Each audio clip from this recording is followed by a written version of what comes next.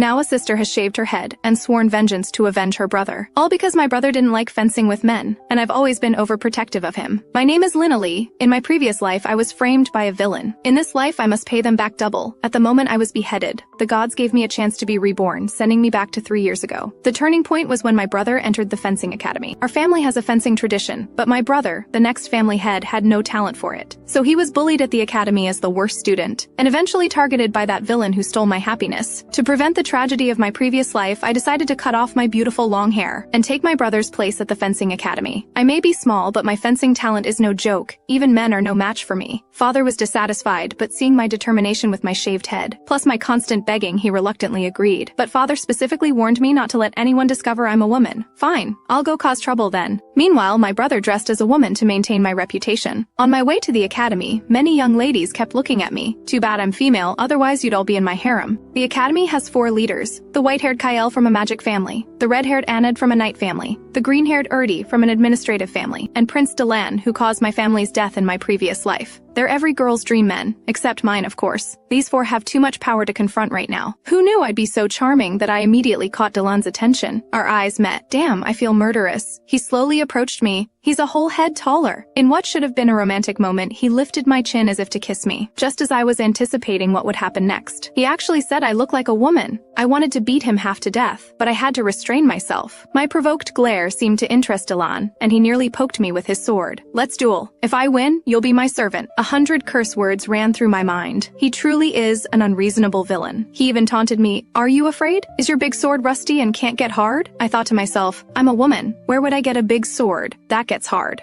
I can't take this anymore. The next moment, I drew my sword and thrust at Delan. I accept your challenge. If I win, you'll kneel and apologize to me. Fine, but you have to beat me first. Delan brought his sword down. I actually caught it and even deflected his attack with technique. Seeing this, everyone was shocked. That little guy is pretty capable. Delan was also stunned that someone could block his sword. What's going on? This little guy has a woman's face but such strength? Back in the day, countless knight captains in my family fell to my sword. I increased my sword speed, forcing Delan to continuously retreat. I must become stronger, for my family and my brother. I can't lose here. With that thought, I knocked Delan's sword from his hand, defeating him. I panted heavily. Oh, win! Nobody expected the little guy to defeat Delan. Delan was a man of his word and actually knelt to apologize. But he still said defiantly, "Oh, you just get lucky once. Don't get cocky." I gritted my teeth in anger. He calls it luck? Just wait and see how I'll torture you. First day at school, and I already confronted the school bully. Not only did I draw my sword against him, I even made him kneel and beg for mercy. Because of this incident, as soon as I returned to class, everyone started gossiping, not wanting to be associated with me. In my previous life, my brother never made any friends. This time, I wanted to help him make some. Who would have guessed that something like this would happen? I'm so hard to make at least one friend. Just then, a cheerful boy approached me. That was amazing. You actually beat the crown prince. By the way, my name is Agni. Nice to meet you. My heart skipped a beat. A friend has appeared. They said not to hang out with you. I wonder what kind of person you are, but you're actually pretty nice. As we chatted, the whispers around us grew louder. Later, I often hung out with Agni and found him to be straightforward and cheerful. I thought we could become good friends, but trouble came. I saw a crowd gathered around the pool. Agni was being held underwater by a group of people. I rushed over, but a sword blocked my path. It was Crown Prince Delan. I realized all this was his order. He had commanded everyone to avoid me. Those who disobey orders must be punished. This guy is suffering because of you. Seeing me ignore him, he became furious. Cut him down. 2 henchmen raised their swords without hesitation. Just as they were about to strike me, a magic circle appeared in front of me. The magic circle was clearly cast by Kyle. The Crown Prince raged. "What are you doing?" Kyle calmly replied, "Oh, you're going too far, Delan. He could die." All right, stop fighting, you two. An ad came to mediate. Do you plan to attend tomorrow's Alice tea party like this? At the mention of Alice, Delan's lips curled up almost imperceptibly. I was wrong. Can you forgive me? As an apology, I invite you to tomorrow's Alice tea party.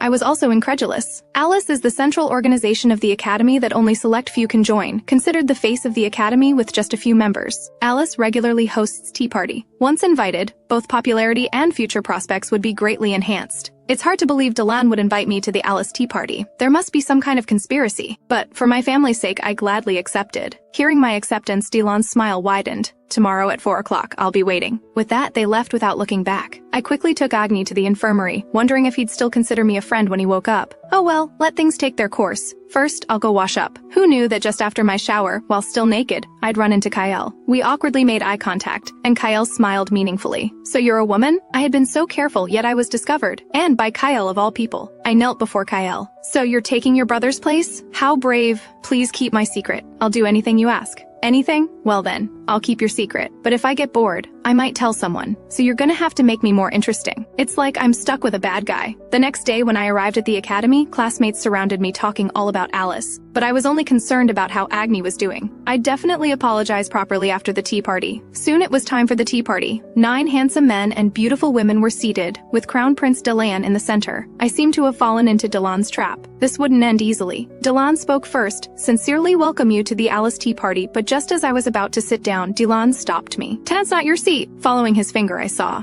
It was where the maid stood. What's going on? Wasn't I invited to the tea party? Delan smirked. Yes, so please participate by serving us. Hearing Delan's words, laughter spread around the room. I finally understood Delan's plan. To humiliate the son of a fencing family by making him a maid. It was indeed a good way to humiliate someone. Refusing would only fall into their trap.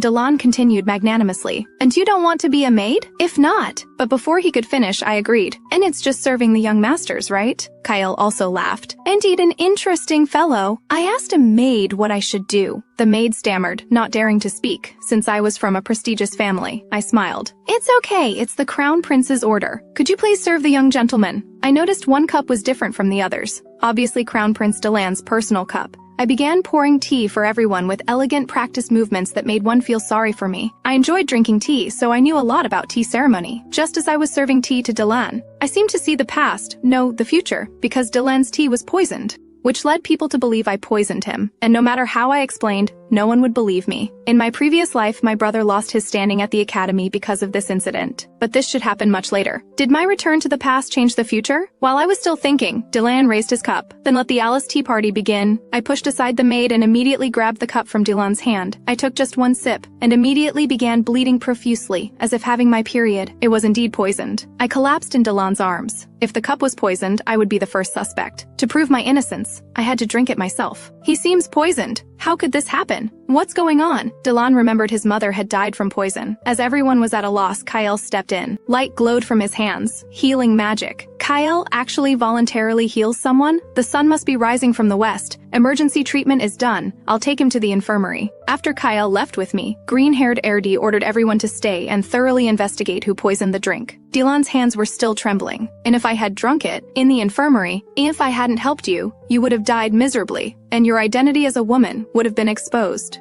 She seems to have been set up. The real target should be Crown Prince Delan, but anyone who dares to touch what's mine, I'll make sure they die miserably. When I woke up, the first thing I saw was Delan sitting by my bed. I sat up in shock. Why are you here? I want you to explain what happened at the tea party. Does he think I poisoned the tea? What should I do? I'll be executed at this rate. Delan asked the soul-searching question. And you poison it? I quickly denied. Well, no, I didn't. Then, how did you know the cup was poisoned? The cup was poisoned. That's what my brother told me in my previous life, but I can't explain that. What should I do? I shouted. Toot was intuition. Only your cup was different from the others. I had a bad feeling. Delan angrily. And for that you did something so stupid? You almost died. In your eyes, I should be the villain. Why would you protect me? Bad memories surfaced in Delan's mind. I don't want to see anyone else die from poison. Why does his expression look so pained? I choked up. Because I'm from a fencing family. Even if I suffer for it, they will protect you in the future. Even the slightest abnormality can't be overlooked. Don't so easily sacrifice yourself. I forbid you from testing poison in front of me. I'll kill you myself before you can die from poison. Huh?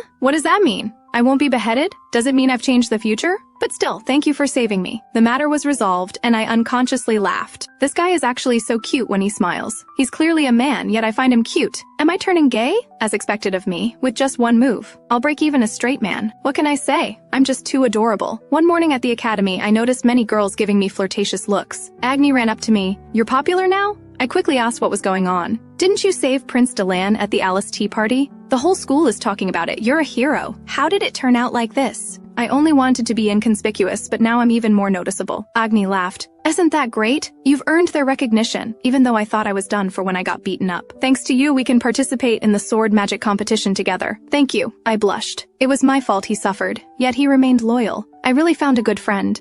Let's give it our all in the sword magic competition. The sword magic competition is where 4 major schools compete for honor. Everyone from each academy trains hard for it. By the way, winning the championship means entering the Royal Guard. since I've already been selected as a reserve member. I must uphold the honor of the fencing family and make father acknowledge me as the heir. Yes, that's right. Keep going. Some rise with the wind, others fall in the gutter. On my way to training, I met the green-haired and white-haired guys who were very concerned about my health. We've been investigating who poisoned you, but still have no clues. I just remembered that in my previous life, the culprit who framed my brother was never found. Who could it be? Who would want to harm the crown prince? Erdi looked at Kyle. Pure alive, thanks to Kyle's antidote. I was startled. Great. Now he's got leverage over me, and I owe him a favor. Just as I was about to thank him, Kyle suddenly leaned close to my ear. Why don't you make things more interesting for me? Agni looking serious. You're amazing to be able to talk to them like that. I'm still a bit afraid of them. Agni continued to remind me, and let's go train, but I was rummaging through my bag. Sorry, I think I forgot something. I'll go back and get it. You go ahead. Alright, don't be late. Today is the selection match. In a bush not far away. I peeked out like a startled kitten. I was observing a changing room. There shouldn't be anyone here. Only now do I realize how inconvenient it is to dress as a man. I'll quickly change and find Agni. Just then, I was attacked by a merciless iron hand. He even shoved his hand into my mouth. How disgusting! What is he trying to do? The leader of the thugs sneered. Sorry, young master. Although we have no grudge against you, our employer said to humiliate you properly. What? Humiliate? What does that mean? They're not interested in men too, are they? Someone save me. Meanwhile, at the training ground, many students had gathered, including Crown Prince Delan. Delan looked around. Why isn't that guy here yet? Damn, why am I so concerned about him? Am I really turning gay? Agni was also looking for me but couldn't find me anywhere. Kyle noticed Agni. Weren't you with Liam? Where is he? Seeing the 4 leaders of Faxus, Agni became nervous but gathered his courage. I can't find Liam. I don't know where he went. Kyle and Delan said in unison. What's going on? Where is he? Agni explained everything. Liam said he was going back to get something but never showed up. Then I found his sword outside the changing room. Looking at the sword, Delan fell silent. Would a fencing student lose their sword? Red-haired Anad rested his chin on his hand. This doesn't look good. By the way, there's a rumor he's the hero who saved you. Someone probably doesn't want to see that. He must have met with an accident. Hearing this, Delan froze. Did something happen to that guy? No. Why should I care what happens to him? But why is his every expression so cute? Damn, I think I really am turning gay. After an internal struggle, Delan turned and left the training ground. In an unknown corner, I was pushed to the ground, nearly splitting my bottom in 2. What do these men want? What does humiliate mean? The scarred man sneered. Anti-employer doesn't want you to be selected, so we need to scar your face. Hearing this, it seems someone hates me. Besides Delan, who could I have offended? Boss, have you noticed this guy's face is quite cute? Come on, there's no time to play. Let's get it over with before someone comes. While they were gloating, I headbutted one in the chest, sending him flying 2 meters. Enraged, the man used a knife to cut my face, and my gag was cut as well. I screamed at the top of my lungs, "Help me! Shut up, you little brat!" When the man pulled me, my collar was torn. The man unbuckled his pants, about to do something indecent to me. No! Just then, the room's door was kicked open as Crown Prince Delan rushed in. When he saw my bare white chest, Delan was furious, his eyes filled with killing intent. What did you do to him? Seeing Delan appear, the scarred men panicked. Even a cornered dog will jump a wall. Crown Prince, get out of our way! They raised their fists and knives, ready to fight desperately. Delan silently drew his sword, his eyes looking at them as if they were already dead. In a flash of swords, the lead scarred man was beaten to a pulp, his life uncertain. Someone tried to sneak attack but was easily blocked by Delan. Then a thrust of his fist. Delan seemed like a legendary hero at that moment. He must feel he's never been this fierce before. I stood there stunned, completely dumbfounded. I never imagined Delan would be the one to save me. After dealing with all the thugs, Delan ran over to me. When I came to my senses, I noticed my collar had been torn. Oh no! What should I do? Although I have chest bindings, I can't let him get close. If he discovers I'm a woman, I'll be beheaded. I must stand up, but the pain made me tremble. Delan took off his coat and draped it over me. Here, borrow my coat for now. I was stunned. Don't you hate me? Why are you suddenly so nice to me? In my eyes, Delan suddenly transformed from an enemy to a sunny, cheerful guy. The others also arrived. Delan directly ordered Erdi to call the guards. I was confused. How did you find me here? The white-haired Kyle answered with a quiet smile. These children told me. From behind Kyle emerged several black, husky-like creatures. They looked rather dim-witted but can be turned into a cloak around Kyle's shoulders. Kyle kicked the scarred man. Hey, who sent you here? The scarred man was tough. You'll never tell, even if I die. Do you want to die then? The huskies opened their mouths and roared, nearly drooling on his face. While that scene was intense, over here it was warm and flowery. How's your foot? Does it hurt? Here, lean on my shoulder. You're so light. Have you been eating properly? But all I could think was, he's too close. When Delan's hand supported my chest, a soft sensation came over him. Oh my goodness, who am I? Where am I? What am I doing? Delan also froze. Why does this feel so wonderful? His hand instinctively squeezed my chest. Why is it so small? Hearing this, my heart sank completely. Is my secret of dressing as a man about to be exposed today? How can I get out of this? My mind went blank, unable to think of anything. Crown Prince Dylan grabbed my shoulders. Did your chest get injured too? Huh? Dylan solemnly explained. And I touched your chest just now. It felt swollen. Kyle nearly threw up the braised pork feet he had for lunch. Though I'm not sure what's going on, my secret of dressing as a man doesn't seem to have been exposed. I covered my chest.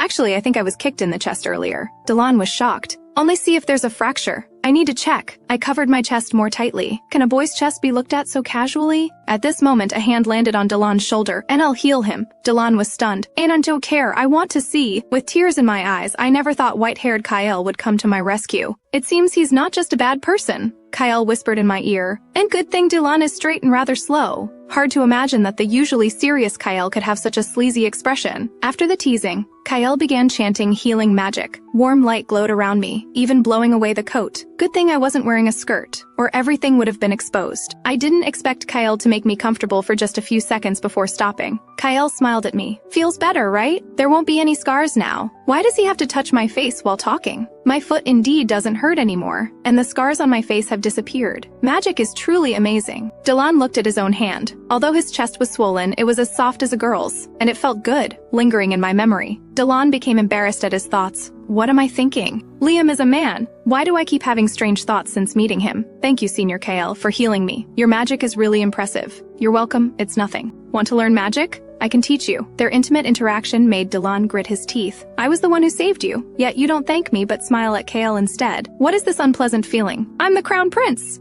Meanwhile, at the training ground, everyone was training hard, sweating profusely, including me. I was fencing with my good friend Agni. Don't be fooled by my frail boy appearance. Just one sweet cry from me and even men are no match. I leaned on my sword, panting heavily. Thinking back to that kidnapping incident still scares me. But because I'm one of the Crown Prince's favorite men, those who grabbed my mouth were quickly arrested. And of course, the 3 mastermind brats behind it were expelled from school. Just as I was about to help Agni up. You guys are working hard, Kyle Sr. with a bewitching smile came over this person. How the hot days still cloak? My quiet mumbling seemed to be heard, as Kyle's cloak immediately transformed into black huskies that came to lick me, even knowing the cape was made of huskies. It's still startling. Remember to call me hubby from now on. If you don't, Kyle purposely leaned close to my ear, I'll reveal that you're a woman. How can this person be such a devil? Who makes people call them an hubby? Hugging the husky, I gave in. Alright, hubby Kale. Hearing these last 2 words, Kale's face beamed with a warm smile. All of this seemed to be captured by Dylan. Hey, Liam! That sudden call made me shiver all over. I turned back stiffly with a blank expression. And Crown Prince Dylan. Are you calling me? Dylan looked serious, even resentful. Teen, come practice with me. You beat me badly before. Today I'll get my revenge. Huh? Why does he always seek me out? I don't want any more entanglements with him. Red-haired Anad also noticed our situation. Why do they like clinging to Liam so much? Green-haired Erdy pushed his glasses. Who knows? It's none of my business. But Liam's face is quite cute, isn't it? The atmosphere suddenly became oppressive. Anad, you have that kind of preference too? What? Of course not. Meanwhile, in the training room, my fencing training with Dylan had begun. Facing Dylan's offensive, I struggled to defend. He's definitely stronger than before. There's also a difference in strength. Is this the Crown Prince's true ability? While in Dylan's eyes, I may lack strength but have good speed and technique with few openings. He is indeed strong, but still not good enough. Dylan's hand was so strong that my sword flew away. I fell to the ground, my bottom split in 2 again. Ouch! Dylan stared at me, entranced. Why does this guy shine so brightly? What am I thinking? I suddenly looked up and saw the nervous Dylan. I couldn't help but praise him, and as expected of Lord Dylan. You're really strong. You must have been going easy on me before, Your Highness. Dylan covered his bleeding nose. Why does he look so cute? Calm down, this person is a boy. But just as I tried to stand up, my butt, which had been split in 2 from the fall, began to throb. Did I hurt my kidney from that fall? Crown Prince Dylan still stood there coldly. Hey, are you okay? I burst out scolding him like a chattering machine. So you didn't fall, so of course you're fine. Dylan frowned. So, he seems to have kidney problems. Should I help him up?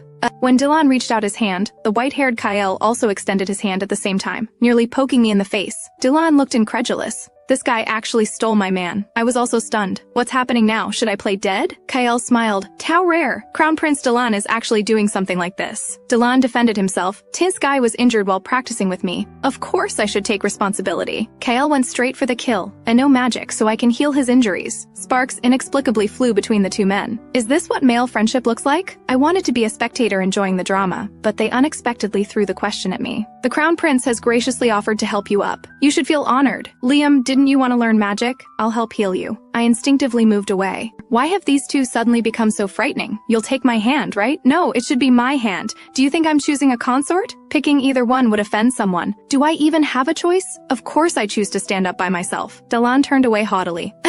It's good that you can stand up on your own, Kyle said. Let's go. Practice time is over. Unlike Delan, the straightforward guy, Kyle smiled and waved goodbye to me. I finally caught my breath. It's finally over. Back at the dormitory, I collapsed like the viewers watching this. I'm so tired. My body isn't tired, but my mind can't take it. Is this the trouble of being the center of attention? But why did Delan try to save me and act concerned about me? Not just the poisoning incident, even the future is slowly changing. I sat up in alarm. No, that crown prince is the villain who executed my entire family. I absolutely can't let my guard down. He must be setting a trap for me. I noticed a letter on the table. It was from my cute brother. I wonder how he's been lately. I eagerly opened the envelope, but I was shocked when I read the contents. In short, the crown prince had invited us to attend a royal banquet tonight, so I needed to go home immediately. If I attend the banquet, wouldn't I have to appear as a woman? And I can't let the crown prince know I'm my brother's substitute. What should I do with my short hair? Returning home, I gazed at the luxurious mansion. I couldn't help but sigh. This day has finally come, although I wanted to refuse. But this was a royal invitation, personally issued by Crown Prince Delan. Without a legitimate reason, there was no way to decline. If he became suspicious because of this, it would be troublesome. Anyway, I just need to attend, say hello, and then slip away. As soon as I opened the door, 100 maids surrounded me. Welcome home, young lady. I could finally experience my brother's joy. I happily greeted them. Hello everyone, long time no see. Before I could finish, the maids picked me up.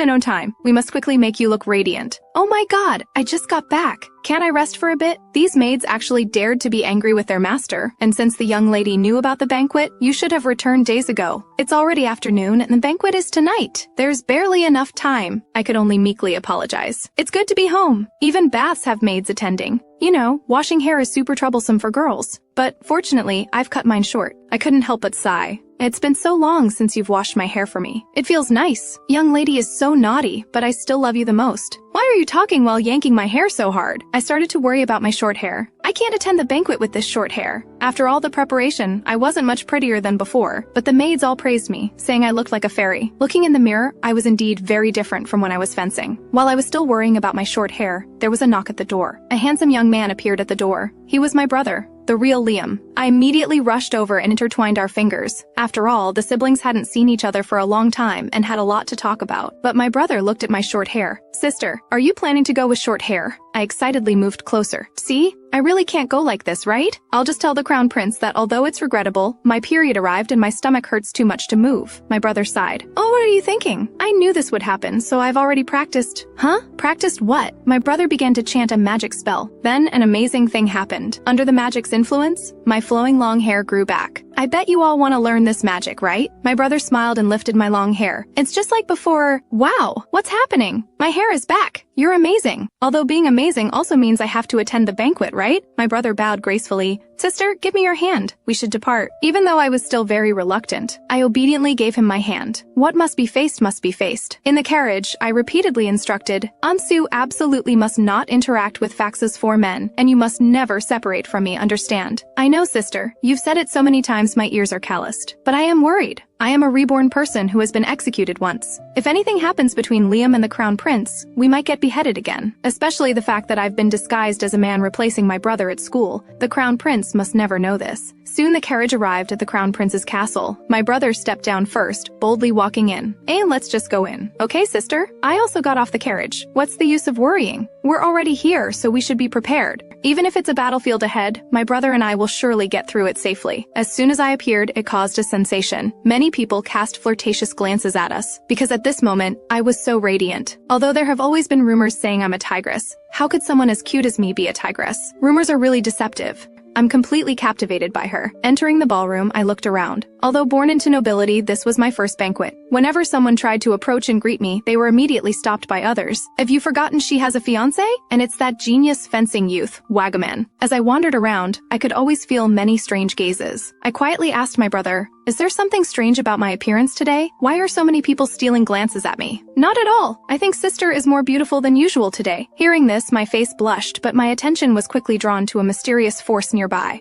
Oh no, it's the feeling of falling in love. I nudged my brother. Cluck, there are so many delicious things over there. My brother laughed heartily. Even all dressed up, sister is still sister. It's good to have a healthy appetite. I blushed furiously. How could a brother talk about his sister like that? Sister, don't worry, go ahead and eat, I'll cover for you. I noticed a less crowded and more secluded spot. I pulled my brother's hand. Let's go over there. It seems like there's a lot of good food. But just then, someone blocked our way. It was a pretty young girl. And then a few more beautiful girls appeared, surrounding my brother. My eyes nearly popped out. Is Liam this popular? What a ladies' man. At that moment, the door opened, radiating light as if with special effects. 4 handsome men walked out from the doors. They were naturally the Faxa family, led by none other than Crown Prince Dylan, followed by white-haired Kyle, green-haired Erdi, and red-haired Anad. Seeing these 4, my heart trembled with fear, and I immediately prepared to lift my skirt and run. I was about to turn around and call my brother, but surprisingly, he had disappeared. Damn it, where did Liam go? We agreed not to separate. How could he leave me alone here? I searched throughout the castle but couldn't find my brother anywhere. I don't know where he ran off to secretly eat without me. While I was worried and absent-minded, I don't know which childish fool bumped into me accidentally. Almost broke my nose. I was about to curse loudly, but seeing it was one of the Faxa family, white-haired Kyle, I swallowed back all the words I had prepared and was greatly surprised. Why was Kyle here? I'm terribly sorry, Lord Kyle. I didn't kill you with the bump, did I? Kyle's lips curled slightly. Where did your usual feistiness go? Kyle lifted my hand. One lady, Linali. It's the first time I've seen you like this. After saying that, Kyle actually kissed the back of my hand. My expression immediately changed. Did this guy eat garlic for lunch? But Kyle continued his passionate monologue. And you look so cute in a gown. He said I was cute. Probably just because seeing me like this amused him. Kyle pulled me to a corner. I don't want others to see you like this. I want to lock you away. Hearing this, I didn't find it romantic at all but was struck with dismay. He said he wanted to lock me away. Has my appearance today become so strange that I need to be locked away? Kyle interrupted my sorrow. By the way, what are you doing in a place like this? I was looking for Liam, but I couldn't say that. If I said that, he would definitely follow me for fun, so it's better not to say it. It's nothing important, Lord Kale. No need to concern yourself. I should return to the hall. But he put his hand on my face again. I don't know how many times he put his hand on my face. What does he mean by this? Take my hand. I'm also heading back to the hall. Why must I take your hand? Kyle moved closer. And Lady Linali, give me your hand, or I'll reveal your little secret. My face darkened. This man is a devil! The secret absolutely cannot be revealed. I bit my lip and put my hand on his. Lord Kale, please take care of me. When Kale and I appeared in the hall, it attracted everyone's attention. Of course, there were also some unfavorable whispers, but I had no choice but to endure. Am I really not worthy to stand beside Kyle? While Kyle looked at me and smiled secretly. What was she thinking? What a strange girl indeed. As soon as we reached the hall, I immediately let go of Kyle's hand. Lord Kale, I have matters to attend to. Please excuse me. I turned around to escape. I had already planned where to go to eat afterward, but Kyle was quick, grabbing me as if afraid I'd disappear, and gazed at me tenderly. Would you dance the first dance with me? I looked at him questioningly. Tars, Lord Kale. You do know the meaning of the first dance, right? In this country, the first dance can only be with a fiancé or a blood relative. How could I dance with Kyle, who is not my fiancé? Lord Kale must be teasing me again. I won't be fooled by you this time. Is that so? What a shame. After getting away from Kyle, I searched the hall again but still couldn't find my brother Liam. Did he go home first? Or did something happen? While I was worried, a strange man called out to me. Lady Linali, may I have the first dance? Dance with your grandfather. Only I am worthy to dance the first dance with Lady Linali. 2 men even came to blows over dancing with me. As more people joined in, I decided it was best to slip away. Although this was the 18th floor, with my skills, jumping down shouldn't be a big problem. I gracefully straddled the balcony, but an unexpected thing happened. Someone was standing below, and that person was Crown Prince Dylan. My body directly landed on top of him. Haha, my second life hasn't even begun and it's already ending like this. Dylan shook his head and slowly sat up, thinking who knows what. I was too nervous to speak. What should I do in this situation? The Crown Prince's first words after regaining consciousness were, "Do you have some nerve to be on top of me?" But when Dylan saw my face, his heart began to beat wildly. You're Liam? He actually recognized me. Oh no, I'm going to be beheaded. He looked at my chest in shock. Why are you dressed like this? A thought suddenly flashed through my mind. He just thinks I'm Liam, and I have long hair now. I quickly lied. I'm his twin sister. Yes, Crown Prince Dylan. Let me formally introduce myself. My name is Linali. Liam is my twin brother. Dylan seemed to remember something. Is that so? I think I've heard stories about you. What was it again? She's exactly like Liam in women's clothing. The face, voice, and temperament are identical to that guy. I remember now. I often heard about a rough, slow-witted woman. Before Dylan could finish, my head grew hot with anger. You want to call me a tigress, right? Oh no, what am I saying to the crown prince? I'm going to be beheaded. But Dylan didn't get angry. Instead, he burst out laughing. Just like the rumors said. Not only falling from the sky, but daring to speak to me like that. What a reckless lady. I was stunned. Why wasn't he angry with me? Just as I was about to bow and apologize, I noticed the wound on Dylan's hand. Whoa! Crown Prince Dylan, your hand is injured. Was it when I jumped down and hit you? Dylan was shocked. His small injury? I'll just use my red eye special effect and it'll be fine. I pulled out my handkerchief. Although it's not proper first aid, it can at least disinfect and sterilize. Dylan swallowed. And why does she look? My heart is beating so fast and even my face is red. I held Dylan's hand. Is this just temporary? Please disinfect it properly later, okay? I suddenly realized, I'm so sorry. I actually touched Crown Prince Dylan so casually.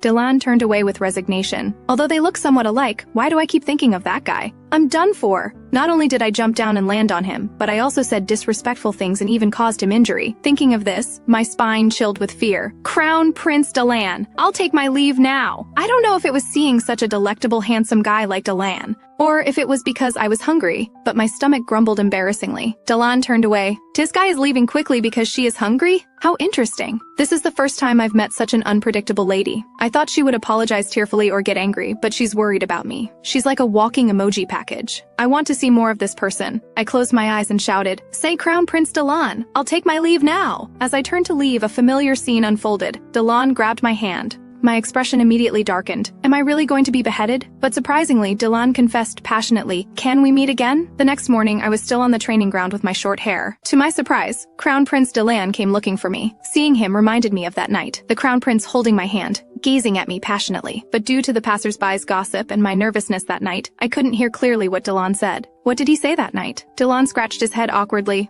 "Liam, you're a twin, right?" Holy crap. Is he going to take out his anger on me, disguised as Liam, because I landed on him last night? Was his last sentence actually, "Can we meet at the execution ground? I want your head." Thinking of this, I collapsed. "Teek, no!" But Dylan's face was full of shyness. His sister Linnalee. Does she have... Before Dylan could finish, I bowed and apologized first. "And I'm very sorry. I heard she caused you injury." Hearing this, Dylan's face reddened more. "Ain't that person mentioned me to you?" I nodded in confusion. Although Linnalee is actually me. Is that so? Dylan fell into contemplation, plotting who knows what. His gaze toward me was always shy. They're exactly alike. Seeing him always reminds me of Linnalee. But why does my heart race when I see Liam too? Dylan seemed to suddenly understand. "That's it! I just like these siblings' faces." "Yes, that's it. I'm not gay." I weakly said, "Oh, my sister is very concerned about your injury." Hearing this, Dylan suddenly rushed up to me, startling me. "And you said Linnalee is worried about me?" Oh, what's going on? Is that so strange? Of course I'm worried, but it seems he's not angry. Just then, red-haired Anad put his arm around my shoulder.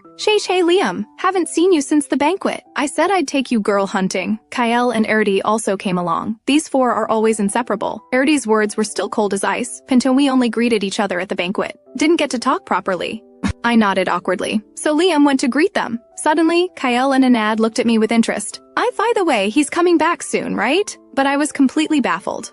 Who's coming back? Anad was particularly excited. If that guy comes back for the modeling competition, we'll have a better chance. The whole academy is talking about it. Who is this person everyone is talking about? Erdi also spoke up, a young genius swordsman who entered the academy with his fencing talent and joined the Royal Guard. Although he's a student at the academy, he's hardly ever appeared because of expeditions. He's a mysterious student. This is getting more and more cryptic. I'm a bit confused. Is it Zoro? Kyle smiled. He's Dylan's nemesis. Dylan frowned. It's not a nemesis. I just don't want to deal with him. Besides, that guy and Linnalee's relationship? Anad laughed loudly. Dylan actually has someone he can't handle. How rare! I think that guy is quite interesting. They're discussing so heatedly, but I'm still wondering who this is.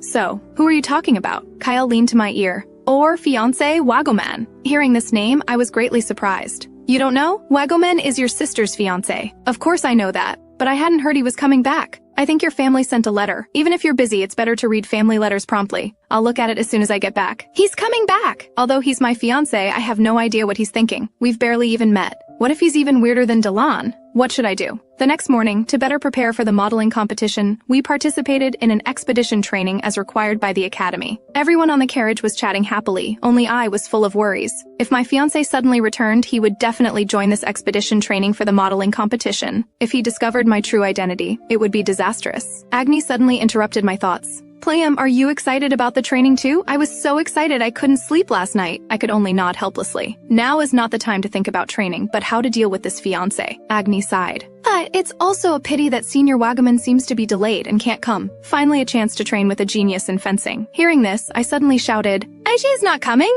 Yeah, he's very busy. Liam should know that very well, right? I wept with joy. That's great, don't have to see him. Now I can focus on training. But when we arrived at the training dormitory and saw the notice on the wall, I was upset again. The notice said roommates would be in pairs. Because the school has single rooms, I hadn't considered this problem. And there's even a public bathroom. What should I do? While I was panicking, Agni was happily smiling. Liam, we're in the same room. Great, please take care of me these few days.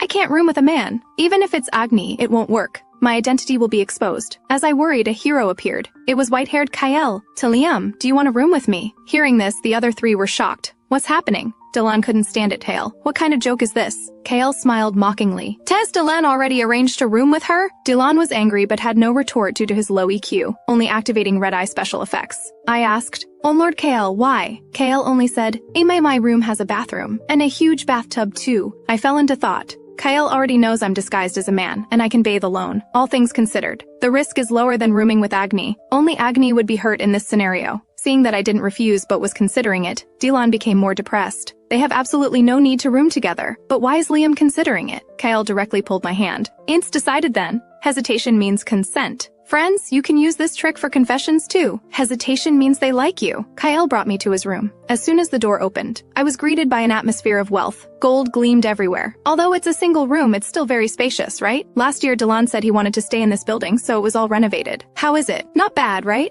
I couldn't help but walk over to the luxurious bed, while Kyle threw his dark cloak aside. I've solved your problem, so how will you repay me? I looked at him questioningly. What repayment? Repay what? Kyle smiled. And to keep your secret that you're a woman, I've spent money and effort, so you must repay me. Besides, you refused to dance with me at the banquet. I suddenly realized he must be trying to get a reaction from me to laugh at again. I won't fall for it. I took a deep breath. Thort Kyle, what should I do to repay you? Kyle's lips curled up. This reaction? She's really interesting. Kyle pushed me down on the bed. My eyes widened. Senior Kyle, what are you doing? Kyle gazed at me dreamily. Don't next time? Dance with me. Dance the first dance with me at the banquet. Of course, you must dance with me as a woman. At first, I just wanted to pass the time, but now I want her. I don't want to give her to anyone, not even you, Crown Prince Dylan. Just as I was being lovey-dovey with Kyle, a lonely figure walked down the empty hallway. Crown Prince Dylan. His room was the largest, so it was at the end of the corridor. Thinking of Liam, Dylan blushed. What was that guy doing now? Was he singing sweet songs with Kyle? Damn it, why should I, the great crown prince, care about that guy? Thinking this, Dylan became furious, turning into a walking meme as he strode back to his room. He quickly arrived at his room's door. Why is the door open?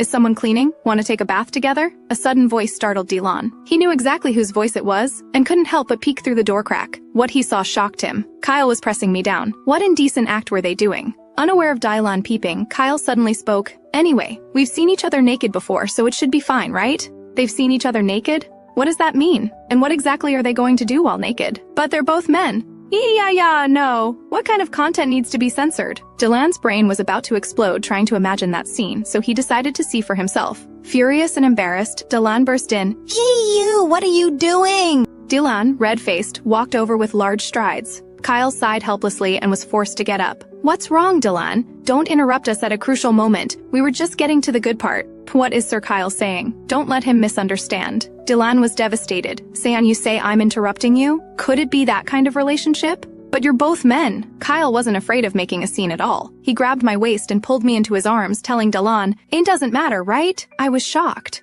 What was Sir Kyle trying to do? Seeing this, Dylan froze. Liam, do you like Kyle too? I broke free from Kyle's embrace. Oh no, this is just Sir Kyle's usual joke. But Kyle looked displeased. Said I wasn't joking, you know. Hearing these words, I blushed and didn't know who I was anymore. Dylan looked at the two people in front of him, seeming to have his own thoughts. And I see. So Liam is unwilling. Could it be that Kyle is forcing himself on him? It must be because Kyle is a member of Faxis, so Liam can't refuse him. Dylan then walked up. He pulled me behind him. Isen, I'll save this guy. Who made me like his sister? Kyle's face darkened as he stared at Dylan. Dylan, what are you trying to do? I was caught in the middle. What's going on? Why are they suddenly arguing? On the training grounds, LD raised his arm, and today's combat training ends here. Go back and rest well. Since there was still training during the day, the childish quarrel between those two was forgotten. But what about the room situation? I noticed Dylan, who stood out the most in the crowd. He was looking at the bulletin board. Seeing him, I immediately had a bad feeling. What was it this time? He looked serious and raised his arm high, shouting, I, the Crown Prince, am approachable, so there's a change in room assignments. Everyone please check. Room reassignments? I dumbly went over. I didn't know until I looked. I was shocked. What? The Crown Prince and I are sharing a room. Oh my god, how did it come to this? Where there's happiness, there's dissatisfaction. Kyle was the first to stand up. TY are Dylan and Liam sharing a room. For once, Dylan showed his intelligence. And because I judged that if Liam shares a room with you, he'll be in danger. I'm the Crown Prince, and I have a duty to protect my subjects, including Liam. Kyle snorted coldly. Dylan is more dangerous. They say it's just because Dylan wants to share a room with Liam, not hesitating to spend lavishly. Dylan blushed. That's not it! I'm protecting my subject! After clearing his throat, and not like Kyle. I like women and have no interest in men. Kyle turned around gracefully and left, leaving with the words, ain't I like girls too? Dylan's intelligence suddenly vanished again. What did Kyle mean? Soon after, why do I have to go to the Crown Prince's room? Although I refused internally, my body still honestly followed. Come in. This is much bigger than Kyle's room. Liam, feel free to use it. Indeed, it's very large. Are we really going to live together in this room? The most eye-catching thing in the room was the golden bed, but there was only one. Dylan's intention was obvious, and a bed is big and soft. Two people can roll around without any problem. I gritted my teeth. There is a problem. Even if I'm a man, I shouldn't sleep in the same bed as the Crown Prince. Most importantly, I snore and toss and turn in my sleep. What if I accidentally kick Dylan to death? Yeah, I'll definitely be beheaded for this. I quickly appealed to Dylan. Crown Prince, your body is precious. How could I sleep in the same bed as you? I'll sleep on the sofa. Dylan righteously said, it's fine. Besides, I'm different from Kyle. I'll just hug you, not go any further. I was almost crying with anxiety. That's not what I meant. But he was still misunderstanding my relationship with Kyle. We're clearly not that kind of relationship. Dylan pointed to the bathroom. By the way, Liam, you go take a bath first. I quickly refused. No, your highness should bathe first. Dylan, planning something, pretentiously took out a stack of blank documents. I still have work to do. I'll bathe later. But, I wanted to argue more. But, unexpectedly, Dylan directly assumed his Crown Prince identity. And I command you to bathe first. If you don't obey the Crown Prince's command, making him unhappy might get you beheaded. The Crown Prince is still in the room, with just a glass door between us, yet I have to strip naked. But he's quite far from the bathroom, so he probably won't notice, right? Their Highness Dylan, I understand. Then I'll go take a bath first. After I entered the bathroom, the Crown Prince bent over his desk, holding his head. What am I doing? Alright, that guy is Lynn and Ollie's brother. I must protect him from being bullied. Dylan recalled that interesting meeting from that night. Although I asked if we could meet again, I didn't get a response. I wonder if we can meet again. In the bathroom, I was lying in the bathtub enjoying life. So comfortable. I rubbed my face with a splash. I can't relax my guard. No matter what, I can't let the Crown Prince know I'm a woman, so I still can't sleep on the bed. I'll sleep on the sofa. Just as I got out of the bath, a spider appeared quietly before my eyes. We made eye contact. Yeah. The sound was so loud it made Dylan fall off his desk. The commotion from the bathroom caught Dylan's attention. He unleashed amazing strength for the first time, breaking the glass door of the bathroom. Hey Liam, what's wrong? I crashed into Dylan's arms. Yeah, there's a spider! Who knows where Dylan's attention was, but he saw something incredible. Oh no, I instinctively hugged him, and I'm still naked. If this continues, he'll discover I'm a woman. I quickly pushed Dylan 2.5 meters away and closed the door tightly. With my back against the bathroom door, my heart was pounding wildly. Did I expose myself? At the crucial moment, Dylan hated himself for not having 8 times zoom. He couldn't see clearly what just happened. At this moment, I opened the bathroom door and peeked out. Sorry, did I hurt you? Just then, the spider appeared again. I was so scared that I quickly slammed the door shut, startling Dylan. I shouted from inside the bathroom, Aishan, I'm afraid of spiders! Coincidentally, that spider passed by Dylan's feet. Is this the spider you mean? I've thrown it away. It's gone now. I peeked out again. Oh, really? Thank you. Dylan was dizzy from these thanks. Soon it was Dylan's turn to bathe. With that body, all the boys would drool. He smiled secretly. So Liam is afraid of insects. Gonna come to think of it, that guy's body is so soft and fragrant, just like a woman. Snow-white skin and slender figure. Splash! What am I thinking? That guy is a proper man. Thinking about it, it's understandable why Kyle would like him. No, they're both men. Would Kyle like men? If the little brother is so soft and cute, wouldn't the sister be even more? Splash! Another slap to his own face. Can't think anymore. Better get out. Old man, give me a towel. But there was silence. He's not here today. Dylan, dizzy and blushing, took the towel, not knowing if he soaked too long. Why am I getting nervous? Is it because there are only the two of us today? Opening the door, he saw Liam already changed into pajamas. Your Highness Dylan, sorry about earlier. Dylan, disoriented, wobbled past. I quickly went to help. Your Highness, are you alright? As soon as I got close, I could feel he was very hot. Did he get oxygen deprived from bathing? Unexpectedly, as I was worrying about him, he suddenly pounced on me. Touch! I quickly covered my mouth. Oh no, I accidentally made a girl's sound, but Dylan, dizzy and confused, apparently didn't notice. He's oxygen deprived after all. How weak are you, Your Highness? Please wake up. I'll get you water. Dylan nestled in my arms. Don't go. All right? In Dylan's eyes, Liam and Linanali were already indistinguishable. He held my waist. Linanali, I miss you so much. Really miss you. Dylan kissed my wrist, making me blush. I've always wanted you. Finally seeing you again. What? Has he recognized me as Linanali? Dylan continued to mumble. And since that day, I can't forget you. Your figure lingers in my mind. I really miss you. After saying this, Dylan fell asleep without another sound. I don't know if he died. What's going on? My heart is beating so fast. The Crown Prince is the one who executed our entire family. I can't let my guard down. I can't. The first ray of morning sunlight fell on Dylan's profile. It's not hard to see he had a beautiful dream last night. Dylan opened his eyes. It's morning already? When did I fall asleep? I seem to have had a strange dream. Thinking of Linanali, Dylan sat up abruptly. Right. Yesterday I seemed to see Linanali here, but he looked around and couldn't find Linanali, only a big-faced person sleeping and drooling. And this guy? What kind of dream did he have to sleep like this? This guy actually drooled so much while sleeping. How could someone with such sleeping habits possibly be Linanali? Dylan held his head. Just I'm in a hallucination. But I really want to see her again. Soon after, I was yawning while walking down the empty hallway. Sigh. I ended up sleeping on the big soft bed after all. How sinful! If father knew, he would definitely be angry.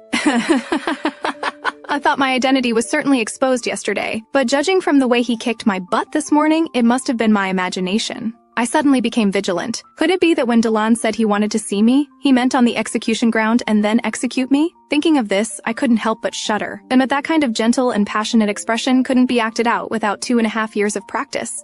Yet I misunderstood it as him wanting to kill me. I'm such a fool. When I appeared on the training ground, I caught everyone's attention. Everyone was whispering, "Sai heard that guy is gay." Not only did he seduce Sir Kyle, but he also made a move on His Highness Dylan. He's truly a disgrace to the Orthodox Academy. It's really infuriating. We're here on merit and bounty. Could he have slept his way in? I have a plan. Why don't we— What are these voices about? The atmosphere is terrible. Just as I was confused, Agni ran up quickly. Thank goodness you look all right. His Highness Dylan suddenly wanting to share a room with you. But the relationship between His Highness and Liam isn't good. I've been worried about you being bullied by His Highness. I was in tears and so touching. Agni, thank you for caring so much about me. Even Agni is turning gay. Liam looks especially cute when he smiles sometimes. Nothing. I'll go get some water first and continue training later. Kyle, watching from the side, sighed. Just because Dylan had contact with Liam, he got blacklisted by small black fans again. What? What did the small black fan say? Kyle walked away quickly, afraid of being infected by stupidity, leaving only the words, "And Dylan is really a dull person." Just as Dylan wanted to retort, LD began gathering students to start training,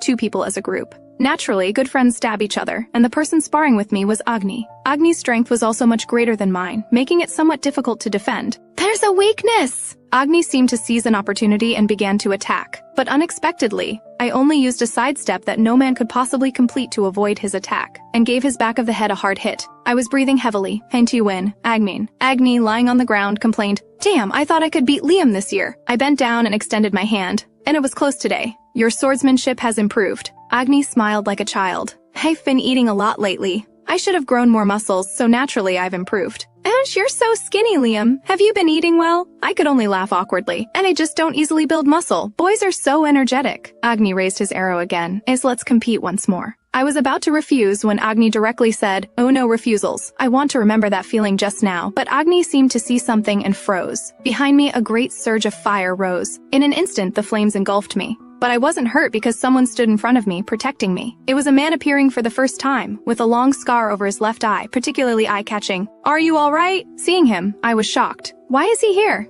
Wasn't he not supposed to come? He is my fiancé, Vagoman, just as I wanted to have a few more words with him. 3 other men broke our atmosphere, among whom Agni was most concerned about my situation. Vagoman narrowed his eyes, seemingly noticing something. Enad stepped forward to greet. "Vagoman, you're here. Why didn't you tell us in advance?" But he ignored them and made a move that surprised everyone. Vagoman, without a word, hoisted me onto his shoulder. I hurriedly struggled, but how could my strength break free? I could only cry out in frustration. Only Dylan anxiously shouted but didn't dare to come forward to stop him. Soon, Vagoman disappeared with me, and they were dumbfounded. That guy left so quickly. In the training camp's long corridor. "Vagoman, what are you doing? Put me down. I can walk by myself." Soon I was thrown onto a bed. "Touch, couldn't you be gentler? Will my first time not be safe today?" I looked around and finally realized this was the infirmary, while Vegoman was searching for something. Your foot is injured and needs immediate treatment. I looked at my foot. If Vegoman hadn't reminded me, I wouldn't have noticed this scratch. Come to think of it, I haven't been to the infirmary for a long time. Before, every time I was injured, Sir Kyle would help me with healing magic. Magical healing is both fast and comfortable. Vegoman lifted my delicate foot and began to carefully treat it. Did he bring me here to treat my wound? But I still didn't know what he was thinking. At least my identity didn't seem to be exposed. Just as I breathed a sigh of relief, Vegoman spoke. By the way, what are you doing here, Linanali? Hearing these words, I was shocked and couldn't believe he had discovered my secret of cross-dressing after just holding me for a moment. I was so nervous that cold sweat streamed down.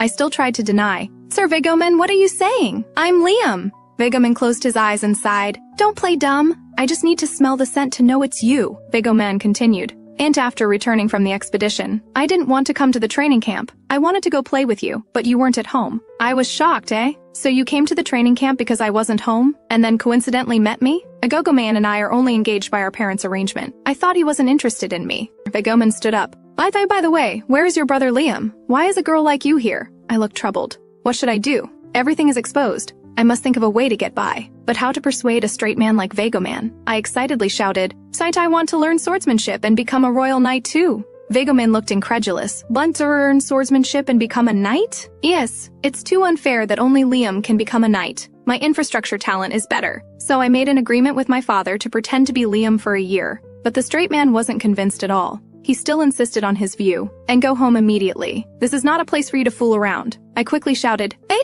don't want to go back! I finally got the qualification for the building modeling competition. How can I go back so easily? And I'm really angry. I patted my chest loudly. I'm not here to play. I'm serious. I've come this far to change the future and protect my family. I don't want people to say I'm here to play. Vegoman silently sighed.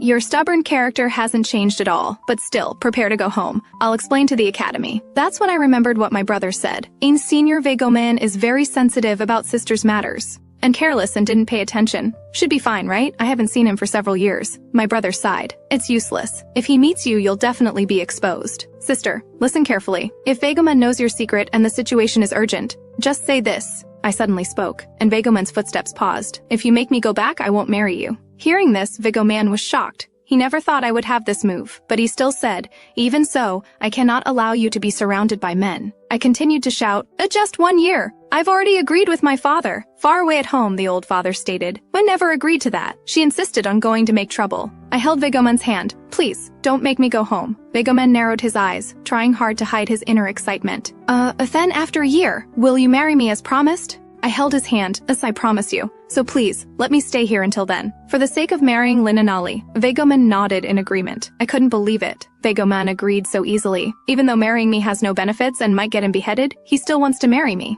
But that's great, I can continue to stay here. On the training ground, Vegoman was intensely fighting with an unfortunate guy. But this unfortunate guy couldn't even last 2.5 seconds before being taken down by Vegoman's sword. Seeing this, the spectators cheered and applauded. Enad even whistled. Such powerful swordsmanship. Elegant. Truly elegant. Seeing a group of people surrounding Vegoman, I finally breathed a sigh of relief. And his swordsmanship just now was amazing. So Vegoman is this popular. And after all, he's a young swordsmanship genius. No wonder Agni admires him so much. In my previous life, after our engagement, he was always active on the front lines. After our family was wronged, our engagement was also torn apart, and we grew distant because of it. What happened to him afterward, I don't know very well. But when we were little, he was weaker than me and always bullied by me. I held up my sword proudly, and I won again this time. Vegoman lay on the ground, tears pouring out like soybeans. Vegoman, why are you crying again? You're such a crybaby. He fidgeted, unable to say a word. So Linanali likes stronger people, huh?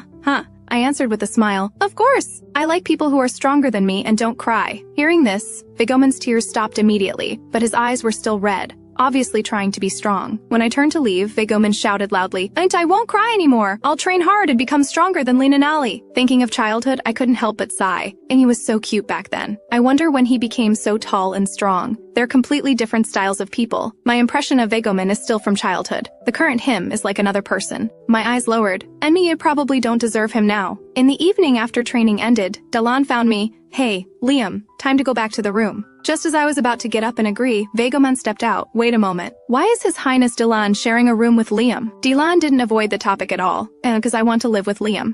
Why can he be your highness's roommate? He's just a marquis's son. With his status, he can't share a room with your highness. Dalan was somewhat annoyed. His trivial matter is not important and has nothing to do with you. And of course it concerns me. He is my fiancé's brother, so I should take care of him. What did you say? The two men intensely stared at each other, the atmosphere tense, almost close enough to kiss. Now, what's the situation? Vagomon, Dylan, and even Kyle. Don't they get along well? In the end, Vagoman won, and I was assigned to an ordinary room. Vagoman turned around. You live here alone. I'll sleep in another room. Thank you. You're taking care of me because I'm a woman, right? After closing the door, Vagoman bashfully closed his eyes. Oh my, she's even cuter than when I last saw her. Although she looks beautiful with long hair, short hair suits her too. Anyway, no matter how I look at her, she's so cute. I like her so much. I just didn't expect her to be living with a group of men. And even if she dresses as a boy and becomes a boy, it feels like there are still several guys who like her. It's really worrying. I became strong to protect Linanali. I will absolutely not give Linanali to anyone, not even Dylan or Kyle. I will never yield. Before I knew it, the training camp life quickly came to an end. Back at the academy, Agni started complaining that after the training, he felt like something was missing. Agni was about to complain more when he was distracted by some commotion nearby, following everyone's gaze.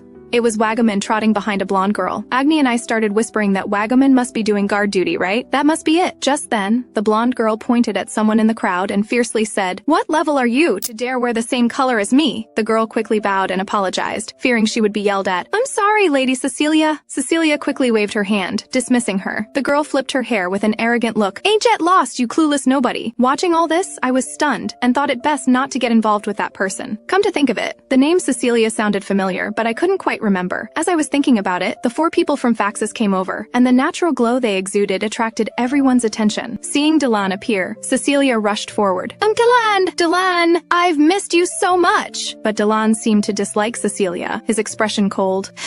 "Why are you here? Starting tomorrow, I'll be temporarily studying here, so could Lord Dylan show me around the academy?" She was about to take Dylan's arm, but Dylan pulled away, giving her no chance at all. Cecilia looked like she was about to cry from the rejection, having never been treated this way in her life. Anad frowned. "Dylan, you're still the same, and Cecilia is still causing trouble everywhere." LD sighed. "The only one who can stop her fits is you, her fiancé Dylan." Dylan scoffed. "When are not engaged because of love. Otherwise, you go stop her." Watching the Faxus 4 walk away, Cecilia hurriedly followed. After hearing their conversation, I finally remembered. Cecilia is the Crown Prince Dylan's fiancé. She likes to use her status to put down people she doesn't like, and those she dislikes are like being thrown into prison and can no longer appear in the social circle. Haha, the villainess is having a great day today too. I had a bad feeling that getting involved with her would be the end of me. The next morning, as I was coming downstairs, I happened to run into Dylan and Cecilia embracing. To keep my distance from them, I crept along the edge of the stairs, but still caught Dylan's attention. Dylan suddenly called out, "Ha! Liam!" I was startled. "Lord Dylan, what is it?" Dylan quickly withdrew his hands from his moment of tenderness. "Fintis person is, don't misunderstand. Although we're engaged, but, why is this guy so incoherent?" Dylan got excited. "Ted is, don't misunderstand. My relationship with her isn't like that." Hearing this, Cecilia's face darkened. Once Dylan came to his senses, he regretted it. "Why am I explaining this to Liam? Am I afraid Linnalee will misunderstand?" Cecilia tried to grab Dylan's arm again, but he jerked away, afraid Liam would misunderstand their relationship. Cecilia lost her balance. As she fell backward, I acted impulsively and jumped to catch her. Thankfully, the stairs were only 2.5 floors high, so neither of us was hurt badly. Dylan rushed over. "Liam, are you okay?" Seeing we were both fine, Dylan sighed in relief. "Scared me." I jumped up and down, waving my arms. "Look, I'm not hurt. It's fine, I'm really tough. I've even beaten up Wagoman. That's good, please don't get hurt." Watching all this, Cecilia sensed a threat. "Why aren't you concerned about me? I'm your fiancé." In a secret garden, Cecilia raged furiously. "Oh, should have taken care of me first." How infuriating. Lord Dylan has never smiled at me like that. Who does that man think he is? Just because his face is a bit cute, he dares to make Lord Dylan worry about him. It's too outrageous, unforgivable. Want to get rid of that man? A cold voice came from behind. Cecilia quickly turned around. Who's there? A man covered in a black cloak appeared. I can help you. You just need to do as I say. Can you really get rid of that man? Come on, tell me your plan. In the evening, I was walking alone on a deserted street, looking like a lamb waiting for slaughter. Sure enough, the prey was caught soon, and someone called me from behind. Looking back, I found Cecilia running over happily. Lord Liam, are you going to training? May I walk with you? Of course, I looked at the 2 guards behind her, knowing I couldn't refuse even if I wanted to. She was only interested in the Crown Prince, but she actually smiled and talked to me. Lately, no matter where I am, she's always being overly nice to me. What is she up to? Unexpected kindness is usually hiding something sinister. Cecilia suddenly blushed. Oh Oh, Liam, I've actually been wanting to tell you something. Or just say it, get it out. Cecilia mumbled, It's not very convenient here. Let's go somewhere else. Soon, Cecilia led me to a secluded classroom, and outside, 2 guards were eavesdropping frantically. I spoke first. And Lady Cecilia, please, what is it? Cecilia stood there, neither advancing nor retreating, fidgeting and silent. Finally, she gathered her courage. Lord Liam, I like you. I want to have a deeper connection with you. Hearing this, I was shocked. And Lady Cecilia wants a deeper connection with me? But Lady Cecilia, aren't you Lord Delan's fiancé? This isn't right. Indeed, Lord Delan truly loves me and often confesses his love to me. Huh? That stiff guy expresses his love, but his attitude seems so cold. I scratched my head in confusion. Could it be that Delan is just tsundere toward the person he likes? Even though Lord Delan loves me so much, I cannot return his feelings. Because I only love you, Lord Liam. As she spoke, Cecilia opened her collar, revealing snow-white skin. Then she grabbed my hand and pinned me against the wall. I was still confused about what was happening. Lady Cecilia, what are you doing? She continued to unbutton her clothes. Was she planning to have a fencing match with me right here? Help! Cecilia tore her clothes forcefully, exposing her snow-white chest. I was startled and quickly backed away 2.5 meters. While she continued to scream, Help! Someone save me! The classroom clearly had poor soundproofing, as the 2 guards came rushing in. Seeing the guards, Cecilia pretended to be pitiful, covering her chest. The guards drew their swords, confused and angry. "To brat! In broad daylight, you dare to outrage a respectable woman's modesty. Wait, this is a misunderstanding. Please calm down." But the guards were blind to the truth and came at me with their swords. I was still confused. What's going on? Why is Lady Cecilia doing this? Cecilia continued to add fuel to the fire. Hurry, hurry, catch this man. It seems I've completely been made the villain. At this rate, I'll definitely be beheaded by the Crown Prince. Defending against one person was already difficult, and now both were attacking me, forcing me to retreat step by step. One of the guards caught an opening and slashed at me. Oops, I can't block it. When the blade was just 0.01 centimeters from my kidney. A hero arrived. Wagaman blocked the kidney-slicing strike with lightning speed. Cecilia hadn't anticipated Wagaman's arrival at all. Wagaman roared, "From now on, I'm your opponent. As long as I'm here, none of you can touch Liam." In just a few moves, both guards were sprawled out. I sighed in relief. Team saved for now. Thank you, Wagaman. Such a commotion naturally attracted attention. Delan appeared at the door. What's going on here? The Faxes 4 were always inseparable. Wherever Delan was, the other 3 were sure to be. Cecilia ran to Delan in tears. She threw herself into his arms, feigning weakness. Poured Dylan, Lord Liam, he violated me. She turned to look at me, her eyes filled with 3 parts mockery and 7 parts derision. How dare he lay hands on the Crown Prince's fiancé? He must be beheaded. This is bad. In this situation, even if I said I was being framed, no one would believe me. Laying hands on the Crown Prince's fiancé would definitely mean execution. In the worst case, my family might also be executed. Having come so far, is there still no way to change my fate? Cecilia continued to provoke. Sen, I also heard he's a male prostitute who seduces many men. Having such a person in your academy, Lord Delan, affects your authority. That's why he must be beheaded. Delan just coldly said, and Liam is my friend. From now on, no one is allowed to slander him in front of me. Hearing this, I was surprised. Delan didn't believe Lady Cecilia, but believed me. Delan pushed Cecilia away.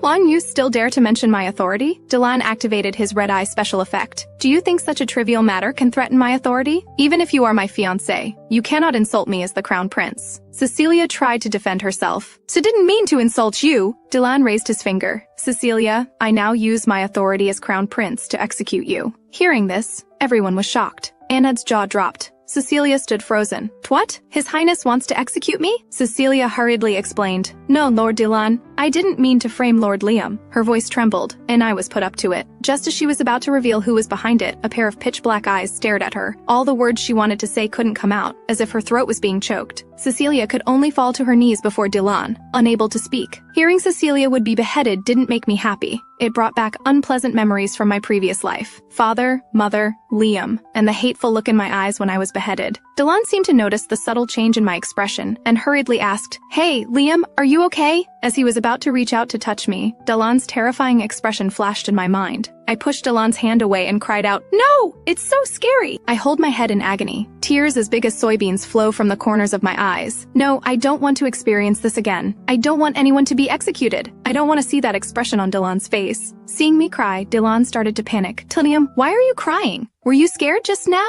I cried out, Delan, stop the execution. Wagaman quickly warned, Tilium, mind your words. You can't speak to His Highness like that. Wagaman bowed to Delan. Your Highness, I deeply apologize. I will properly discipline him. If we've caused you any trouble, I apologize on Liam's behalf. With that, Wagaman led me away, leaving Delan alone in his beauty. Delan didn't know what was happening.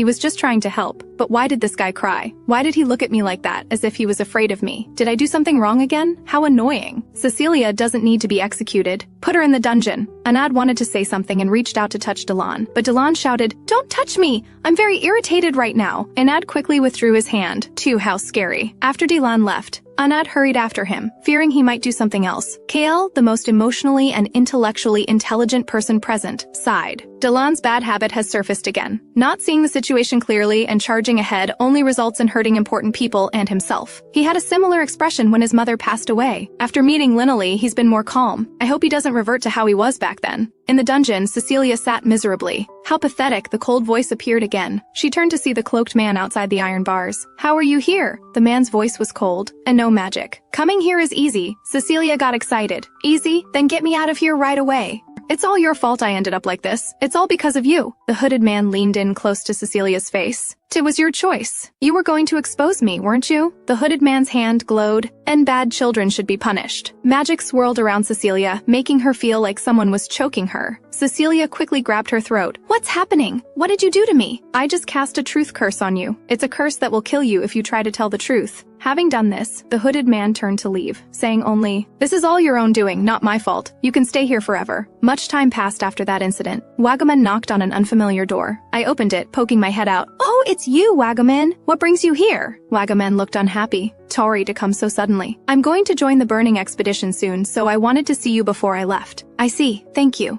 I was too impulsive before, but I'm fine now." Wagaman suddenly remembered, "You'll be going home for summer break, right? I'll come find you after my expedition is over. Linnalee, don't forget, no matter what happens, I'll always have your back." With that, Wagaman left without looking back. I closed the door, thinking he can be quite gentle too. But why would he come to my home to find me? Is he thinking about marriage? Sitting on my bed, I thought about how Cecilia was quickly released, but she seemed to be cursed by some high-level magic and couldn't reveal the truth. I still couldn't understand why Cecilia tried to frame me. Although she said she was put up to it, I couldn't find any clues about the mastermind. Is the mastermind the same person who poisoned the Alice Tea Party? I sighed. Although I was confused when I treated Lord Dilan in that way, I must have angered him. We haven't seen each other since. In my previous life, he was the crown prince who executed my entire family. A crown prince who would even execute his own fiancée. I'd better avoid contact with him. That's probably for the best. A few more days passed, and finally it was the summer vacation everyone had been looking forward to. I packed my luggage early, even putting on overalls, feeling like I could sing, dance, and play basketball, mastering everything. So much has happened in these few months at the academy. At the Alice Tea Party, I saved Dilan's royal family. At the banquet, I jumped from the 18th floor and landed on Dilan. And during the training, Dilan saw me naked. Thinking about this, my expression changed. Why is my mind full of him? As I was scratching my head trying to forget Dilan, something seemed to hit my window. I opened the window, and a snow-white dove flew in. The dove transformed into a letter in my hand. This must be my brother's magic. What happened? Maybe my old father was crying because I'm coming home later than planned. But when I saw the letter, I was shocked. The content of the letter is not understandable to the friends in front of the screen. In order to save everyone's time, I will translate it for you. In short, Dilan went to my home looking for me, and refused to leave until he saw me, freeloading at my house. Why would Dilan go to my home? Is it because I pushed away his hand and now he wants to behead me? Thinking more carefully, that doesn't seem right. If that were the case, he should be looking for Liam, not me. He wants me to go back quickly, but even if I took a plane now, it would take half a day to get home. What should I do? If I knew teleportation magic, I could go back instantly, but I don't understand it at all. I should have learned magic properly from Kael. Then I had an epiphany. Meanwhile, Kael was quietly reading in his dorm. He looked every bit the handsome, intelligent man he was. Just then, a butler walked in. "Lord Kael, you have a visitor!" Kael was puzzled. "And I'm going home today and didn't make any appointments."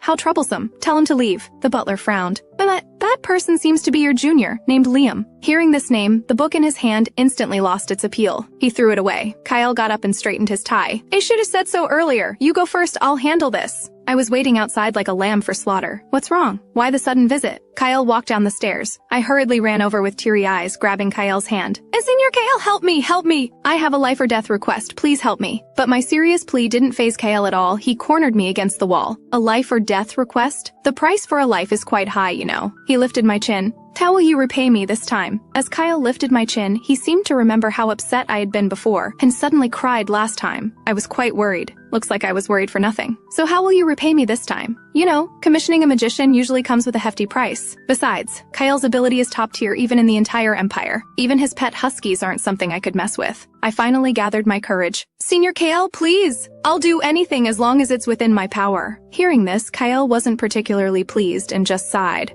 You are such a reckless young man. Why can you always say anything? You should learn to be a bit more suspicious. I looked bewildered. Shouldn't a magician's commission be high? Kyle suddenly leaned close to my mouth. It seems you still don't understand what I mean. What if my price is this? Startled, I instinctively pushed Kyle 2.5 meters away and hid far away. Kyle, what do you mean? Kyle smiled. You understand what I want now? This is what I want. Besides, I've kept your secret. You should at least pay this much, right? Kyle winked and put his hand to his mouth. For example, giving me a kiss or something. How about it? It's a good deal. How outrageous. Hearing this made my heart race and my face flush. Kyle has indeed helped me many times and even saved me, but he's talking about a kiss. I still tried to argue. Even if it's a good deal, how can we do this? Kyle shut down my argument with one sentence. And didn't you just say it was a matter of life and death? If you can't even do this, isn't that unfair to me? It seems I've always been the one fulfilling your wishes and requests. Kyle sighed nearby, and the problem was left to me. It truly was a matter of life and death. I closed my eyes and opened my mouth, seemingly determined.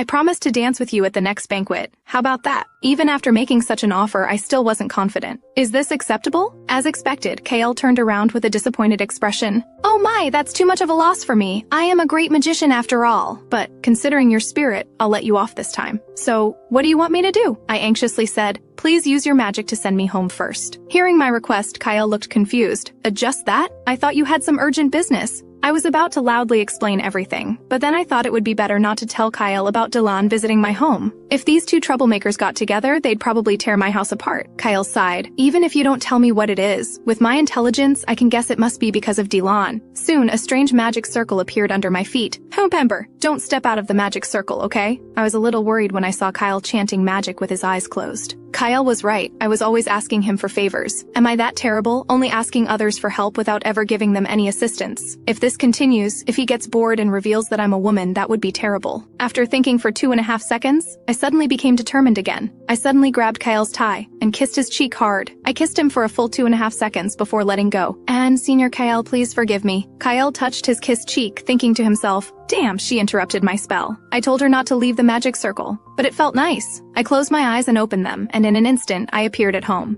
Magic is really amazing, but that's not what matters right now. Why did I impulsively kiss Kyle? Am I so shameless before even getting married? Although it was just a kiss on the cheek, it was still my first kiss. My heart was pounding wildly. How would I face Kyle next time? I quickly shook my head. Right. This was just a greeting gesture, nothing special. While I was lost in thought, my brother burst through the door. Doesn't this kid know how to knock? My brother quickly approached. Sister, I knew you'd be back. I hadn't recovered from the Kyle incident and was startled again. Talium, how did you know? My brother quickly came close, and I sensed powerful magic. But that's not the point. I just saw my brother hurriedly making my hair longer. I was now a mess, looking like a tigress. My brother continued anxiously. Lord Dylan has been waiting for you. Our parents are entertaining him now. Hurry and get ready, everyone. Let's quickly make sister beautiful. With that, my brother mercilessly threw me to the maids. Looking at the maids in front of me, why do I feel like I have seen them before? I quickly swallowed and said, please be gentle, everyone. Knowing I was back, my parents rushed upstairs to see me. By the time they saw me, I had already been made radiant by the maids, sure to captivate Dylan. Mother's gossip spirit suddenly awakened. What's going on? Lord Dylan came specially to see you? When did your relationship get so good? But father was furious, Linley. You haven't done anything disrespectful to his highness, have you? I quickly waved my hands. No, I haven't. But suddenly I remembered the various scenes between Dylan and me, so I couldn't say I hadn't done anything. Mother slapped father away. And but Lord Dylan is truly an excellent person. Just as rumored, handsome, dignified, and approachable. If Linley were to be with Lord Dylan, I would certainly be very happy. Hearing this, my father's face darkened. What are you saying? Lord Dylan has a fiancé, and Linley also has a fiancé. We can't break off the engagement at this time. But mother seemed not to care about any of this, and pushed father 2.5 meters away, asserting her family status. Hey Linley, which one do you like? Wagaman or Lord Dylan? I was quite helpless. Mother was still the same, loving to gossip about such topics. I still responded seriously, and I absolutely do not have that kind of improper relationship with Lord Dylan. But why didn't Dylan look for Liam and came to find me instead. Come to think of it, during the training camp, Delan also said he missed me. My only interaction with him was when he peeked under my skirt at the royal banquet. Just then, my brother suddenly spoke up. All right, mother, stop chatting. Lord Delan is still waiting. Sister, hurry over. Remembering the main issue, I quickened my pace and ran over. Delan said he wouldn't leave until he saw me. What is he thinking? Could he really like me? Slap. I hit my face hard. How could that be possible? Delan is the person who executed our entire family in my previous life. Buck up. There's nothing to be afraid of. He's human, not a ghost. Meanwhile, in the lakeside garden sat a handsome man. Needless to say, it was our crown prince Delan. His mind was full of Liam's crying face. I only wanted to protect that guy, but it made him so sad. What did I do wrong? Linnalee and Liam are twin siblings. If it's her, she must know why that guy cried. I came to find her on a whim today without prior appointment. Thinking of this, Delan's face reddened, and he became tsundere again. I didn't come here because I wanted to see her! Just as Delan was about to take a sip of tea to calm down, he heard footsteps. Delan turned to look. A graceful girl stood before him. It was me, all dressed up and beautiful. At this moment, my beauty could make the entire spring lose its color. Hey, Lord Delan, I'm sorry to keep you waiting. May I ask why you've come today? Delan stood up blankly, then walked over without saying a word. I don't know how I looked in his eyes, but after staring for a long time, his first words were, "So beautiful, just like a goddess." Hearing this, I was stunned. I quickly turned my head away, afraid he would see my blushing face. Lord Delan, please don't tease me. It will cause strange misunderstandings. Delan lowered his eyes, his face reddening even more. I'm not teasing you, and I've only ever said such things to you. This sentence was like the gear of fate turning at this moment, intertwining our destinies. Just when I was wondering what Delan was thinking, he said something that left all the girls speechless. The weather is lovely today. What were you just doing? I drank a cup of tea. That's my privacy, I can't tell you. The atmosphere immediately became awkward. Indeed, livening up the mood isn't a skill straight men possess. Delan looked down dejectedly. Did I do something to make you angry? I naturally knew what Delan meant. Lord Delan and I are both engaged to others, so meeting privately like this doesn't seem appropriate. Delan seemed relieved. Just because of that, I clutched my hands tightly, thinking, I just don't want to get too involved with the person who killed my entire family. Delan suddenly started scratching his head frantically and shouted, I really don't understand what you siblings are thinking. Why are you angry? My face darkened. You think I don't know? Didn't Lord Dylan bully Liam in public? Hearing this, Delan's voice trembled. Why, it's all in the past. Indeed, the first time I met that guy, I saw he was more popular than me, so I wanted to put him down. But recently I've been quite nice to him. But before I let Delan finish, just for that reason you bullied Liam? Do you know how sad Liam was? In my previous life, Liam was always suffering, but he kept it hidden because he didn't want us to worry. I never expected the reason Delan beheaded us was simply because he couldn't stand Liam being popular. Delan lowered his head and said, I'm sorry, it was all caused by my weakness. I know it's too late to apologize now. At first, I just didn't like how he looked. His hair and eye color were exactly like my mother's.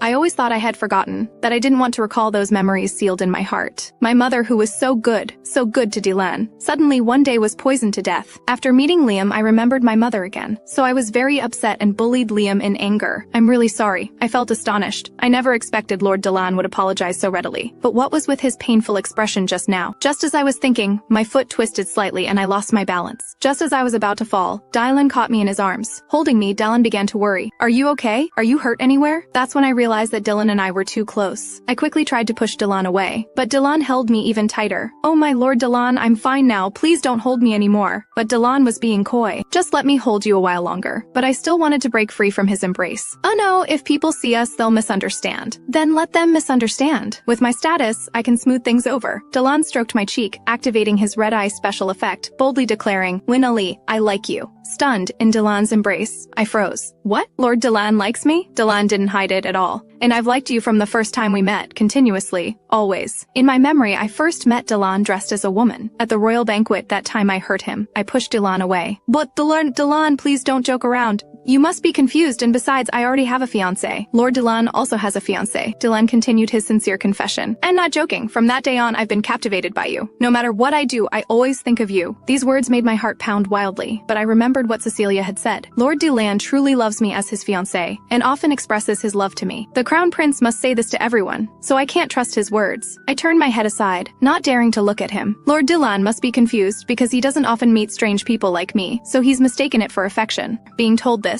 Dylan panicked. It's not like that. This is the first time I've longed for someone like this. My heart is beating so fast. I truly, sincerely like you. The faster my heart beat, the more hesitant my thoughts became.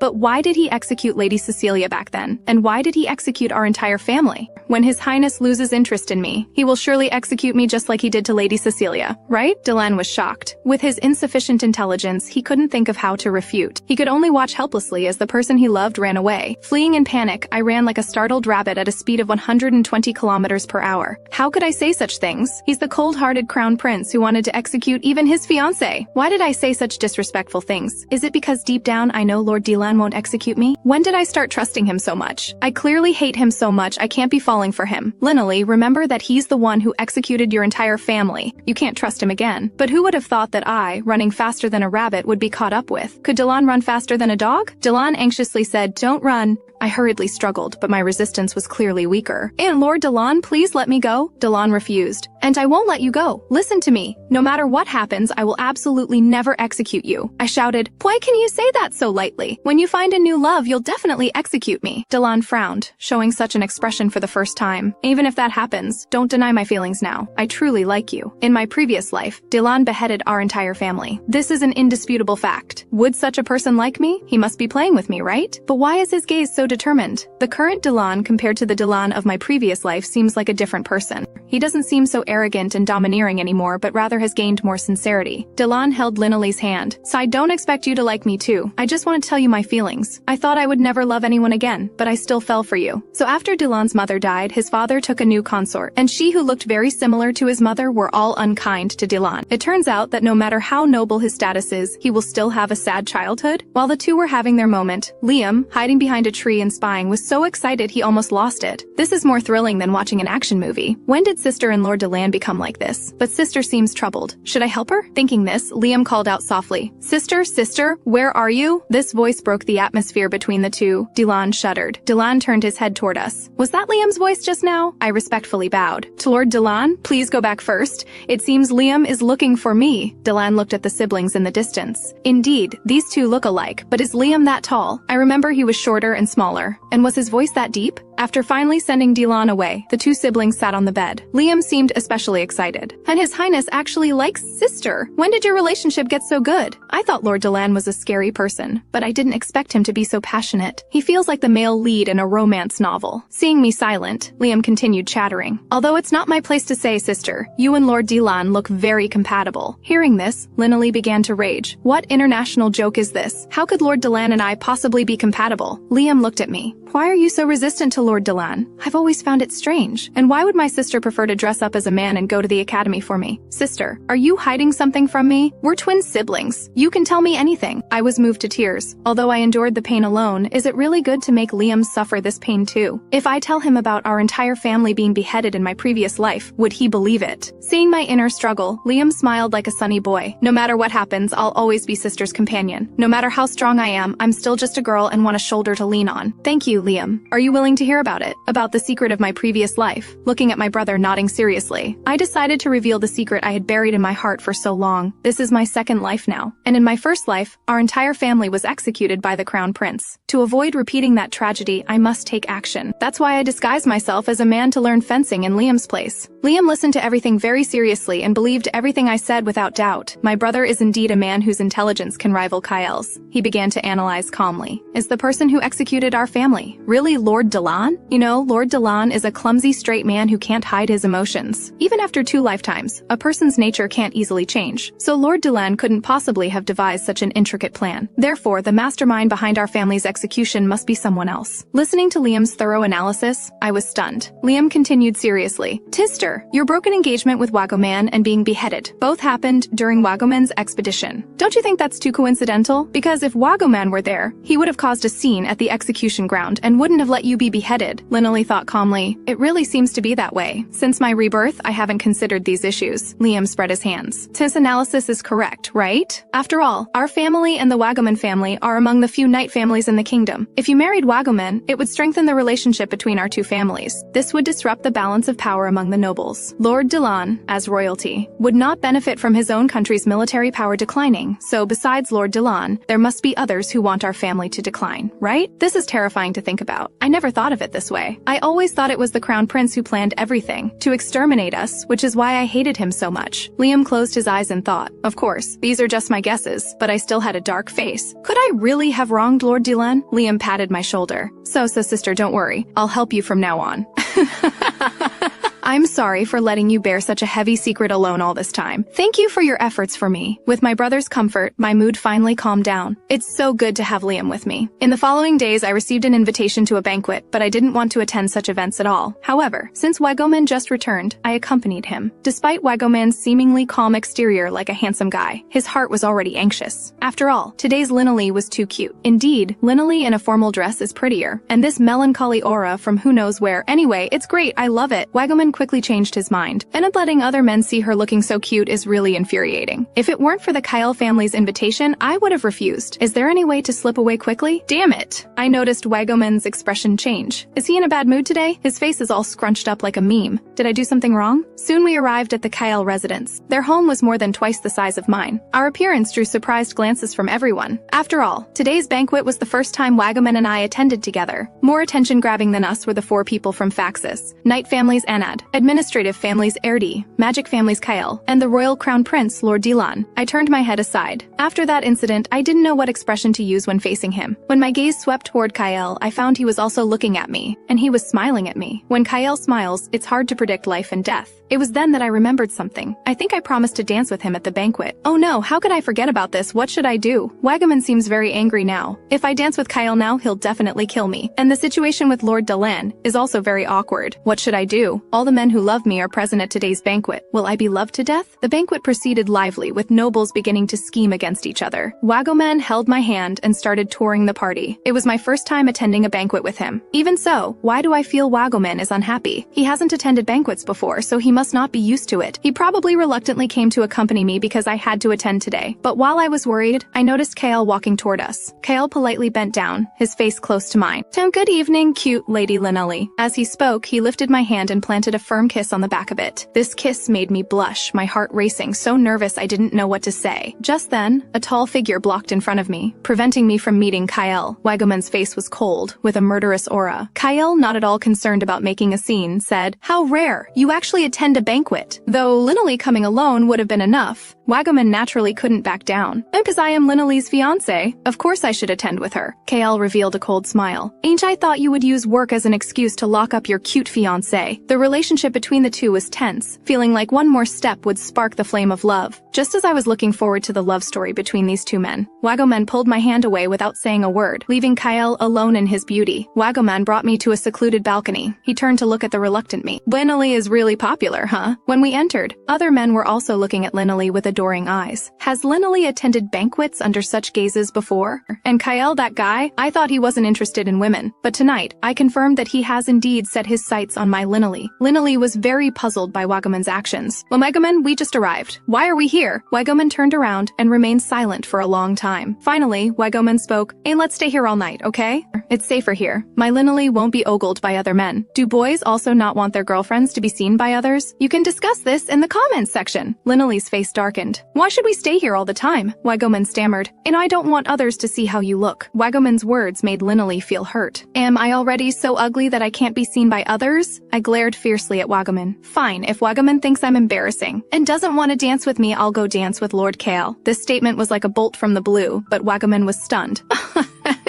Why suddenly mention Kyle? Linelli turned her head angrily. Staying here all the time, you must think I'm embarrassing, right? Wagoman grabbed my hand. And it's not like that. If the dance partner isn't Linelli, then there's no meaning at all. And I don't want you to dance with Kyle either. I was stunned. What does he mean by as if the dance partner isn't me? There's no meaning. Wagoman continued to explain. Linelli, you misunderstood. I'm not saying you're embarrassing, but that you're too beautiful and I don't want others to see you. These words made me blush and my heart race. I never expected Wagoman would say such sweet things. Lyneley covered her mouth. Saw I misunderstood and even got angry at you. I'm sorry. A person's apology is most fatal. Wagaman could resist thousands of troops but couldn't resist a woman's sweet words. While he was still covering his racing heart, Lyneley excitedly exclaimed, "Rarely do we attend a banquet together. Let's go dance." With that, I dragged Wagaman away. In Wagaman's eyes, Lyneley was like an angel, lively and beautiful. Soon we returned to the banquet hall and began dancing, spinning, and never stopping. Our graceful dance moves immediately attracted the gazes of many noble ladies. While dancing, I muttered, "Wagaman, I didn't expect you to dance so well. I thought you only knew how to chop people." But Wagaman wasn't humorous at all. "But our hands are full of calluses. Have you been lifting weights too much?" Lyneley arrogantly lifted her chin. "Until made me learn fencing since childhood. It can't be helped."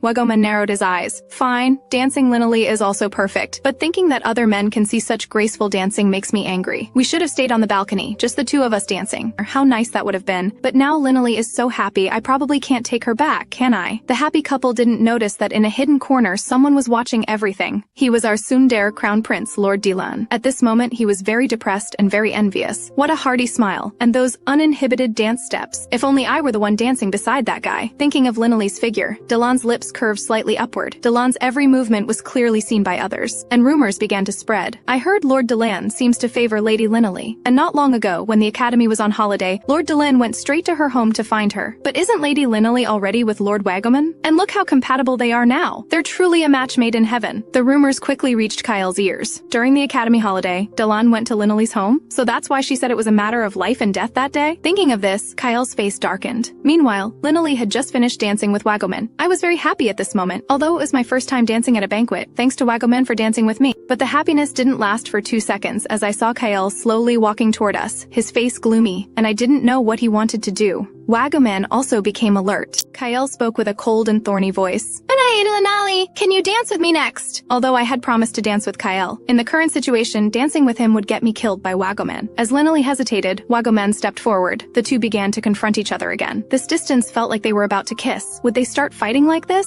Just then, Kyle turned and lifted Lyneley's hand. "There are too many irrelevant people here. Let's go over there." As he spoke, a dazzling magic circle lit up beneath our feet. Wagaman was blinded by the light and could only shout angrily, watching helplessly as his fiancée was taken away. The two disappeared from the banquet hall, leaving Wagaman, this socially anxious person, to bear the pressure of public opinion alone. Wagaman gritted his teeth.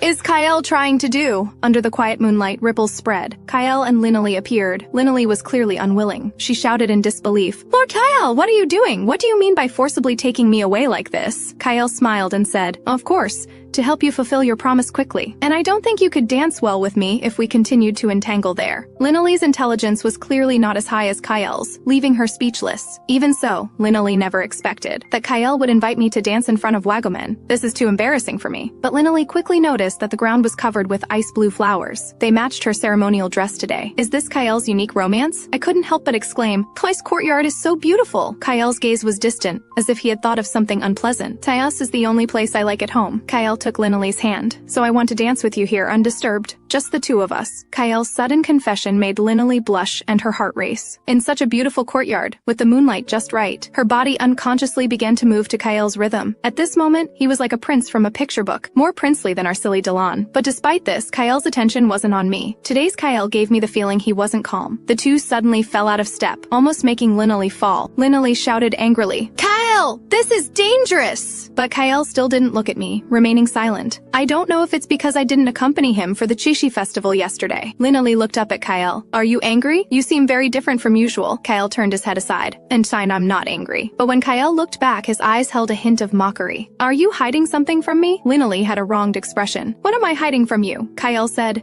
"I heard Dilan went to your home to find you. So that day you sought me out was to meet Dilan." Lyneley was shocked. "How do you know?" Kyle's language was cold. "So you're happy using me who knows nothing." Lyneley hurriedly explained, "Said I didn't want to use you." But Kyle still had a dark face. "And do you remember what I said? If I find it boring, I'll reveal your secret of dressing as a man. And now, you make me feel very bored." Lyneley began to panic. Does Kyle mean to reveal that I'm a woman? Even though I didn't tell Kyle about Dilan, why is he so angry? Kyle sighed. "Do you really not understand? To you, am I just someone convenient that you toss aside when I'm no longer useful?" No, that's not it." Lyneley was about to defend herself. Kyle interrupted her. "And you should understand my feelings, right?" Lyneley was stunned. She was just an inexperienced young girl. How could she understand Kyle's feelings? Kyle's face darkened completely, dissatisfied. "Sometimes your obliviousness makes me very angry. At first I found you interesting, but now I find you boring. And you only treat Delon differently. Is it because he's the crown prince, or is Delon someone special to you? Linley was particularly confused about why he would bring up Prince Delon. Kyle questioned, it's always me helping you fulfill your wishes, yet you always prioritize Delon. Linley finally had a moment of clarity. So this is how Kyle sees things? Actually, I just don't want to be executed by Prince Delon. But if I say that, would Kyle believe me like Liam did? Before Linley could think everything through, Kyle asked the final question. Linley, do you like Delon? This question was like a massive bomb that completely destroyed my heart. Everything I'd experienced with Delon seemed to flash before my eyes, making me blush and my heart race when I recalled it. But the memory of being beheaded brought me back to my senses. I shouted, it's not like that. I don't like Delon at all. Kyle seemed to get the answer he wanted as the corner of his mouth turned up slightly.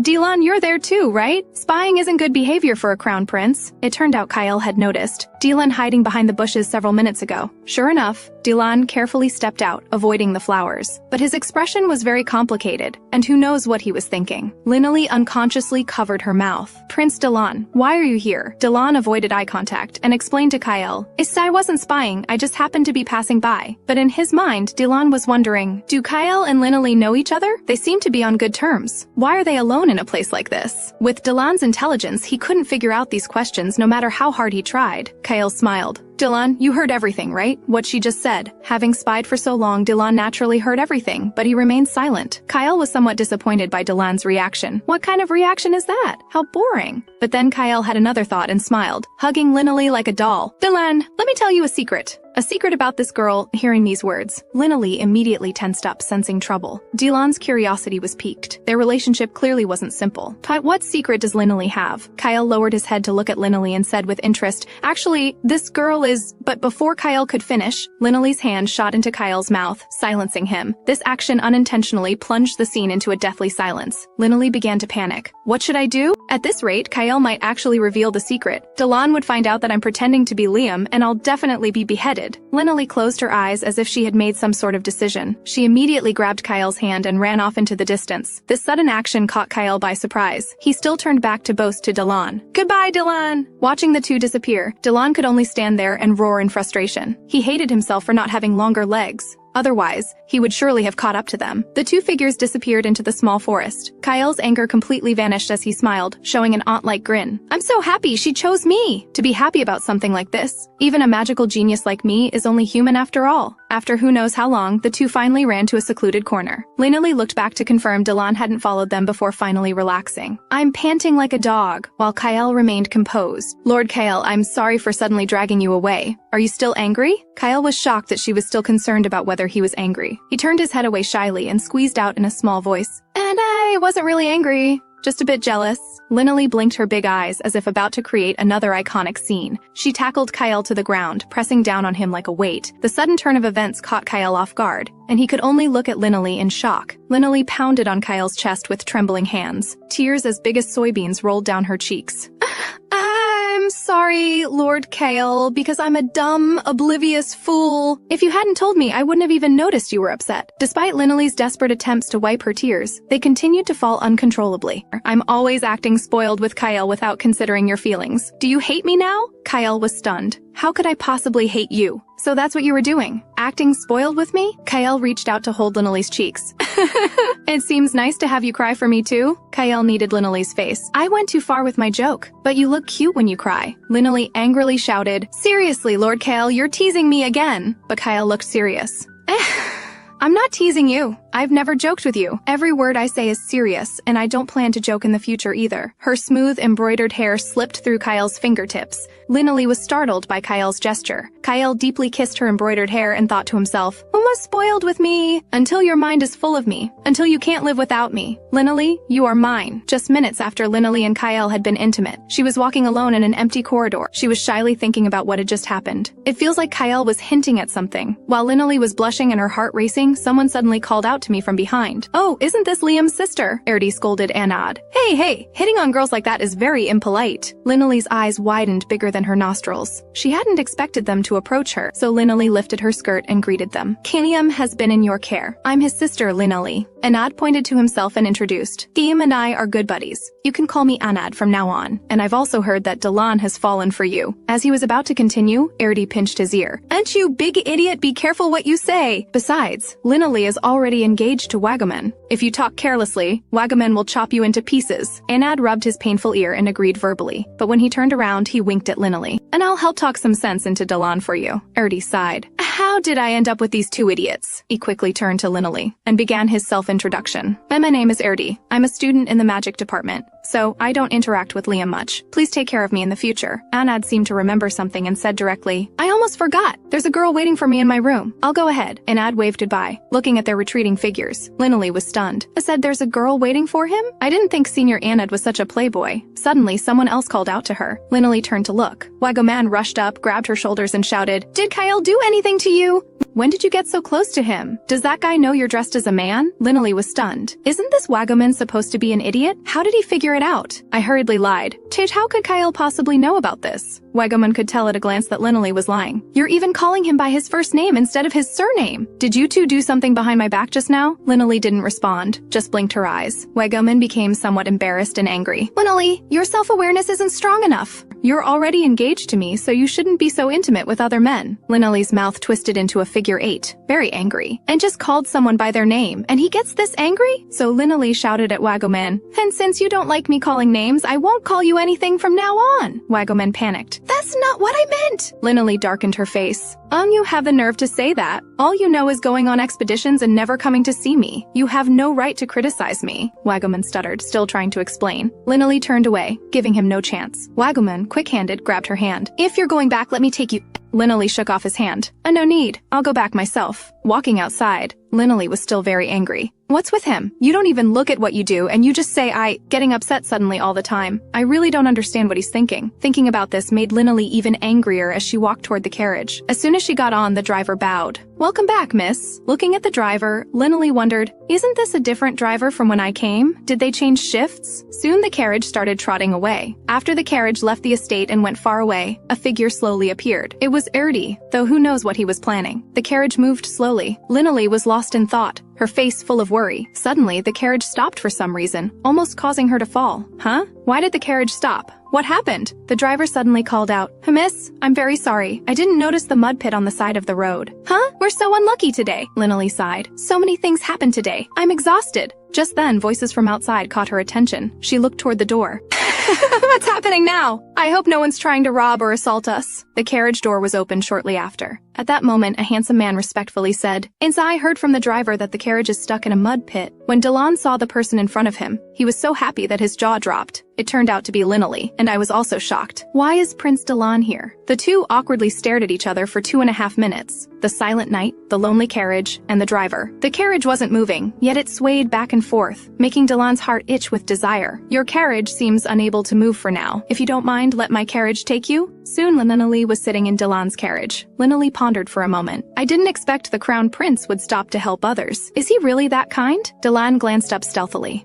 I didn't expect Linali was in that carriage. Will she think I deliberately approached her? This is a coincidence! A coincidence! The two sat face to face, each with their own thoughts, making the atmosphere in the carriage very awkward. Dalan narrowed his eyes, recalling the image of Kyle hugging Linali. What secret did Kyle say Linali had? Thinking about this, Dalan's face darkened. What did Kyle say to you afterward? Dalan's question startled Linali, because she and Kyle had some intimate moments afterward. Linali nervously avoided his gaze, and it was nothing related to Prince Dalan. Dalan clenched his fist slightly. That's right. I'm neither your fiancé nor your boyfriend. Just someone who likes you one-sidedly without the right to guide. Dalan grew more depressed as he spoke. Linali blinked, looking at Dalan. Why is he so downcast? Is he really the crown prince who would execute my entire family? She swallowed and said, but some things are better said clearly. Prince Dalan, please allow me to say something impolite. Please stop making that sour face. It's not handsome. Dalan looked at her in disbelief, shocked by her boldness. Linali continued talking to herself. Until now, Prince Dalan, Dylan, you can get whatever you want, but it's really not easy to live in this world. Especially other people's thoughts aren't so easy to know. Dylan sighed. I understand better than anyone that the things I want most are often the ones I can't have. Dylan closed his eyes, his thoughts returning to a time long, long ago. Dylan's mother was hiding behind a window, looking outside. She saw Dylan's father secretly boarding a carriage heading elsewhere. Dylan's mother clawed at the glass. He's going to see that bitch again. He hasn't come to see me in so long. Dylan looked at his sad mother and finally mustered the courage. He spoke warm words with his little mouth. Teat mother, you still have me. I will always stay by mother's side. Dylan's mother suddenly turned around with a murderous look in her eyes. This made Dylan step back. Useless waste, I gave birth to you for nothing. These words left a deep mark on Dylan's heart. Since then, I no longer force myself to ask for anything. I'm used to not getting anything in return. After all, I can never get what I want. Dylan's eyes inadvertently looked outside. He seemed to have discovered something. Linley was silent for a while. Just as she was about to speak, Dylan put his middle finger to his lips. Shh, quiet. After saying this, he slowly lifted the curtain a crack to look outside. Suddenly, the horse seemed to be frightened, causing violent shaking inside the carriage. Linley lost her balance and nearly fell face first. Fortunately, Dylan caught her. Linley, having experienced beheading, whispered, "What's going on?" Dylan's eyes were cold, his face gloomy. "Someone's ambushing us." Immediately, the sound of weapons being drawn came from outside. Dylan sensed trouble. We're already surrounded? He took off the necklace hanging around his neck and gently placed it around Linley's neck. Take this. It will surely protect you. Dylan took his great sword, then rushed out, leaving only the words, "And I will definitely protect you." Dylan drew his great sword. He understood these people must be after him, and I can't let Linley get hurt at all. Upon exiting, Dylan froze. Outside were not 100 but perhaps 1,000 assassins, but all equipped with short, small weapons. Unlike Dylan's great sword, which was long, hard, and straight, Dylan noticed there wasn't a single guard around. Clearly they had been lured away earlier. A bunch of idiots. I'll definitely fire them when I get back. The assassins slowly surrounded Dylan, who was alone. Crown Prince, if you had stayed in the carriage, you could have left this life without feeling any pain. Dylan frowned deeply. Is there a target me? Damn it, and Linley is in the carriage. Dylan held his great sword across his chest, like a hero facing thousands of troops without fear. I won't let you touch a single finger of hers. Seeing this, the assassins began to charge fiercely. With just one swing of his great sword, Dylan cut down 2 assassins with short, small weapons. Seeing their companions fall, the surrounding assassins stepped back. No one wanted to be the first to taste the blade. The leader of the assassins spoke up. Don't be afraid. The Crown Prince is strong. But we have numbers. Charge, damn it. Kill the Crown Prince and the woman in the carriage. Hearing this, the sword in Dylan's hand trembled slightly. Their target isn't just me, but also Linley? An assassin tried to sneak attack from the side, but Dylan dodged with a sidestep and grabbed him by the neck, pressing him hard to the ground, asking, "Who sent you?" 2 other assassins rushed up together. And dying man need not know. Dylan used his sword to block, his expression showing difficulty as he clearly began to struggle. I don't mind dying, but isn't there a way for her to escape alone? In the carriage, Linley's body emitted a blue light. She held the necklace and examined it carefully,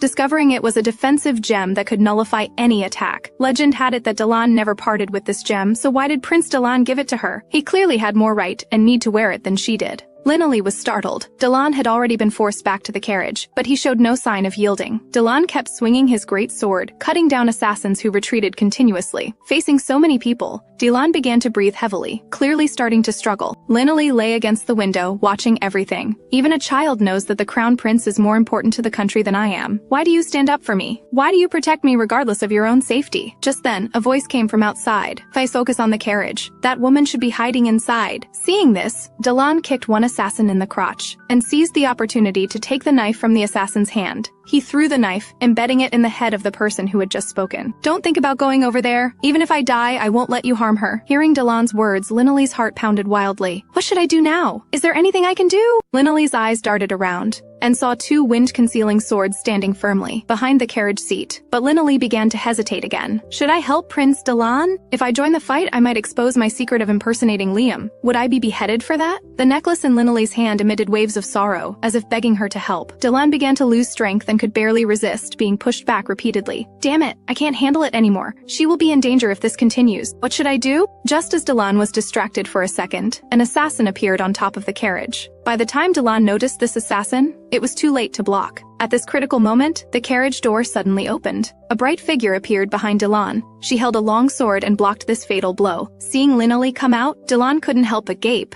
Why did you come out? Linley gripped the long sword tightly. After all, I am a child of a knight family. Prince Dylan fights to the death for me. I cannot sit by and just wait to be protected. That would dishonor our family name. Linley raised her long sword gallantly. Prince Dylan, I will guard your back. Even with Linley joining the fight, the enemy still had an overwhelming numerical advantage.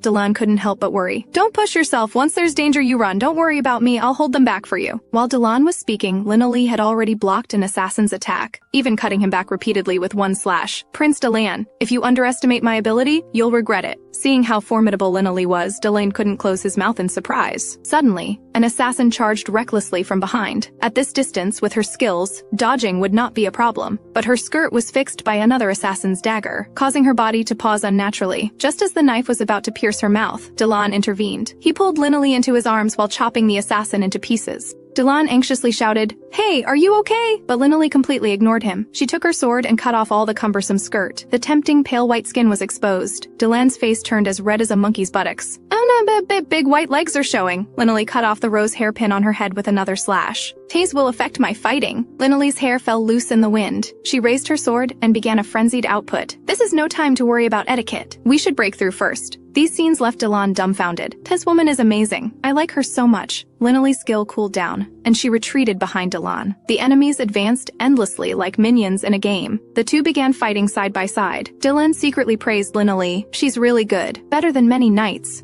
But why are her moves and actions exactly like Liam's? Is it because they're twins? While Delan was lost in thought, Linley chopped the enemy into a mask of pain with another sword. The two commanders began to look troubled. Although that woman is also formidable, she's ultimately just a woman. Their knives glinted with cold light. "If we all go at once, she'll be killed by us too." But they could never have imagined that Linley's skill would refresh so quickly. She raised her hand for a big move, forcing these two to retreat continuously. A minion appeared from somewhere behind. She quickly dodged sideways. Unexpectedly, the sword missed its target but cut off the necklace hanging around her neck. Linley instinctively reached out to grab it. The assassin wouldn't miss such a good opportunity. He raised his sword to cut her down. When the sword was just 0.1 centimeters from Linley, Delan grabbed the assassin's crossbow. "I won't let you harm Linley." In this critical moment, the bolt shot perfectly into the assassin's kidney, allowing Linley to escape harm. Linley seemed still in a dazed state, not yet having come to her senses. A white horse had already appeared between Delan's legs. The white horse leaped high under Delan's control, its neigh deafening. This caught the attention of both Linley and other assassins. Delan bent down and reached out. "Linley, grab my hand quickly!" Linley threw aside her sword and stretched out both hands, feeling the sensation of a waist hug. Delan didn't hesitate to grab Linley's waist, and she in turn wrapped her arms around Delan's neck. Seeing their plan foiled, the furious assassins threw a dagger. The dagger grazed Linley's white leg, leaving a red mark. The pain made her curl up in Delan's arms, trembling like a frightened kitten. In the night, the two huddled together and escaped with their lives. Only the necklace was left behind, lonely. Delan brought Linley to a beautiful lakeside. The sunset slowly rose, meaning they were safe. Delan looked back. "Seems like we've shaken them off. Let's hide here for now. Someone will come rescue us." As he spoke, Delan handed his cloak to Linley.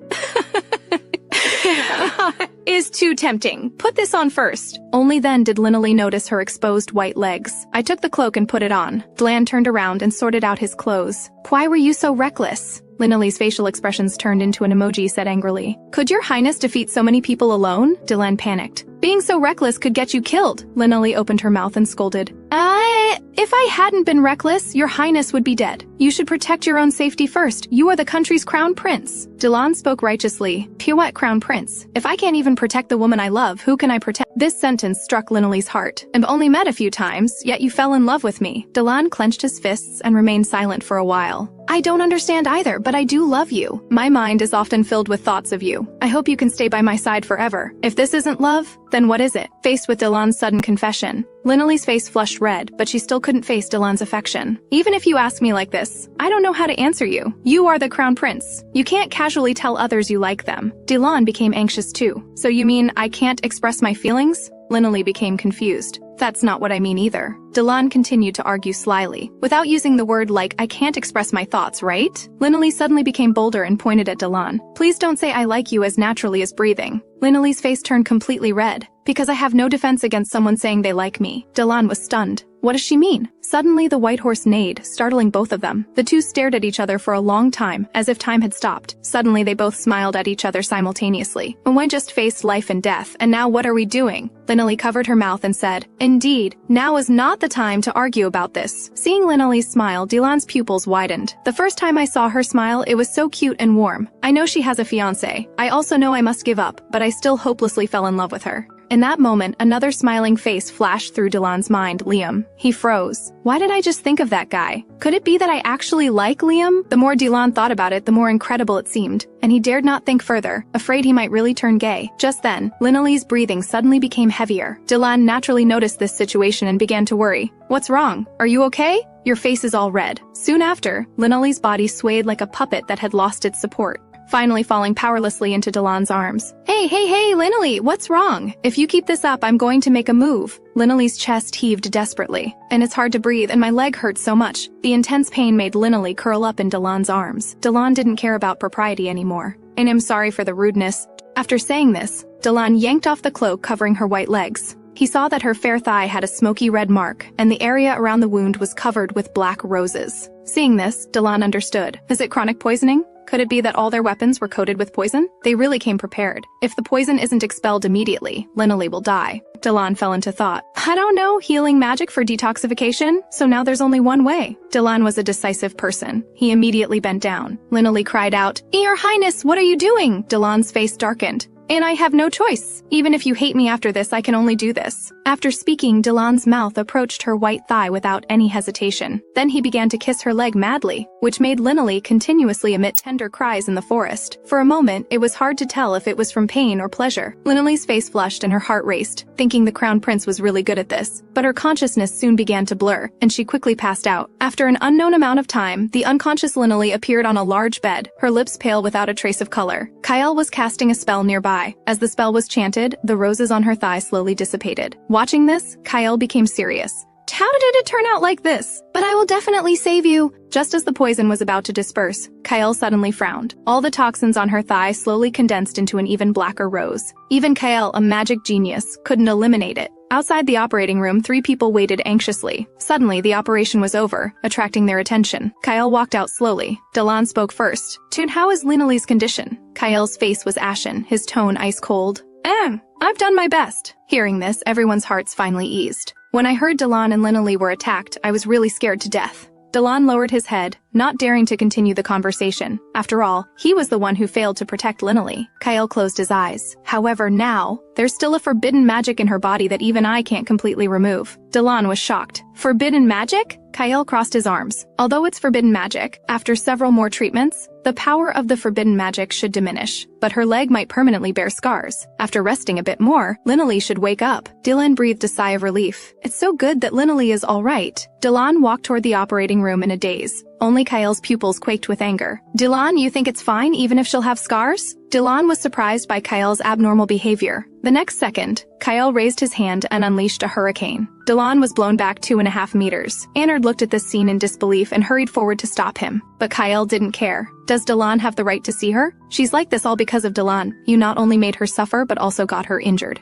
All of this is because of you involving her, right? If not for being restrained by Anard, Kyle probably would have given Dylan a big beating. Anard continued to persuade. Dylan was also attacked. You can't blame him entirely. Hearing their words, Dylan realized, so it's all my fault, huh? Kyle became irritated. What kind of reaction is this? Can't you change your slow and uncontrollable emotional nature? I'll just make this clear while I have the chance. Whether now or in the past, Dylan's reckless behavior has caused many problems for those around him. You'd better be careful, especially with her. Because of Dylan, strange rumors have spread. Kyle turned his head to the side. If you can't protect her, then don't approach her anymore. Dylan fiercely retorted. Oh, who are you to say this? What relationship do you have with her? Don't misunderstand, I'm saying this for Liam's sake. Hurting Linalie is the same as hurting Liam. I hope Dylan remembers that. After Kyle entered the operating room, Dylan was left standing there in a daze. Why did he mention Liam at this time? Could it be that he really likes Liam? Inside the operating room, a group of people were crying while waiting for Linalie to wake up. Father, mother, and even the cat that her brother had transformed using magic were there. After who knows how long, Linalie slowly opened her eyes. Everyone rushed forward anxiously. Linalie, you're finally awake. Linalie opened her eyes blankly and faintly said, Dad, Mom, and Wagaman, so you're all here. Wagaman excitedly hugged Linalie. He was very afraid that something would happen to Linalie. Tonight he felt very guilty for not being able to reach her side when she was in trouble. Even though he was sad, he held back his tears, because she said she didn't like boys who cried. Wagaman said with a choked voice, It's so good that you're okay.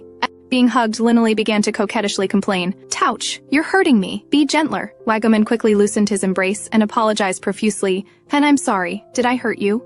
Father and mother anxiously asked Linalie. We heard you fainted from poison. How do you feel now? Lynley opened her eyes wide. I don't feel anything right now. I should be fine, right?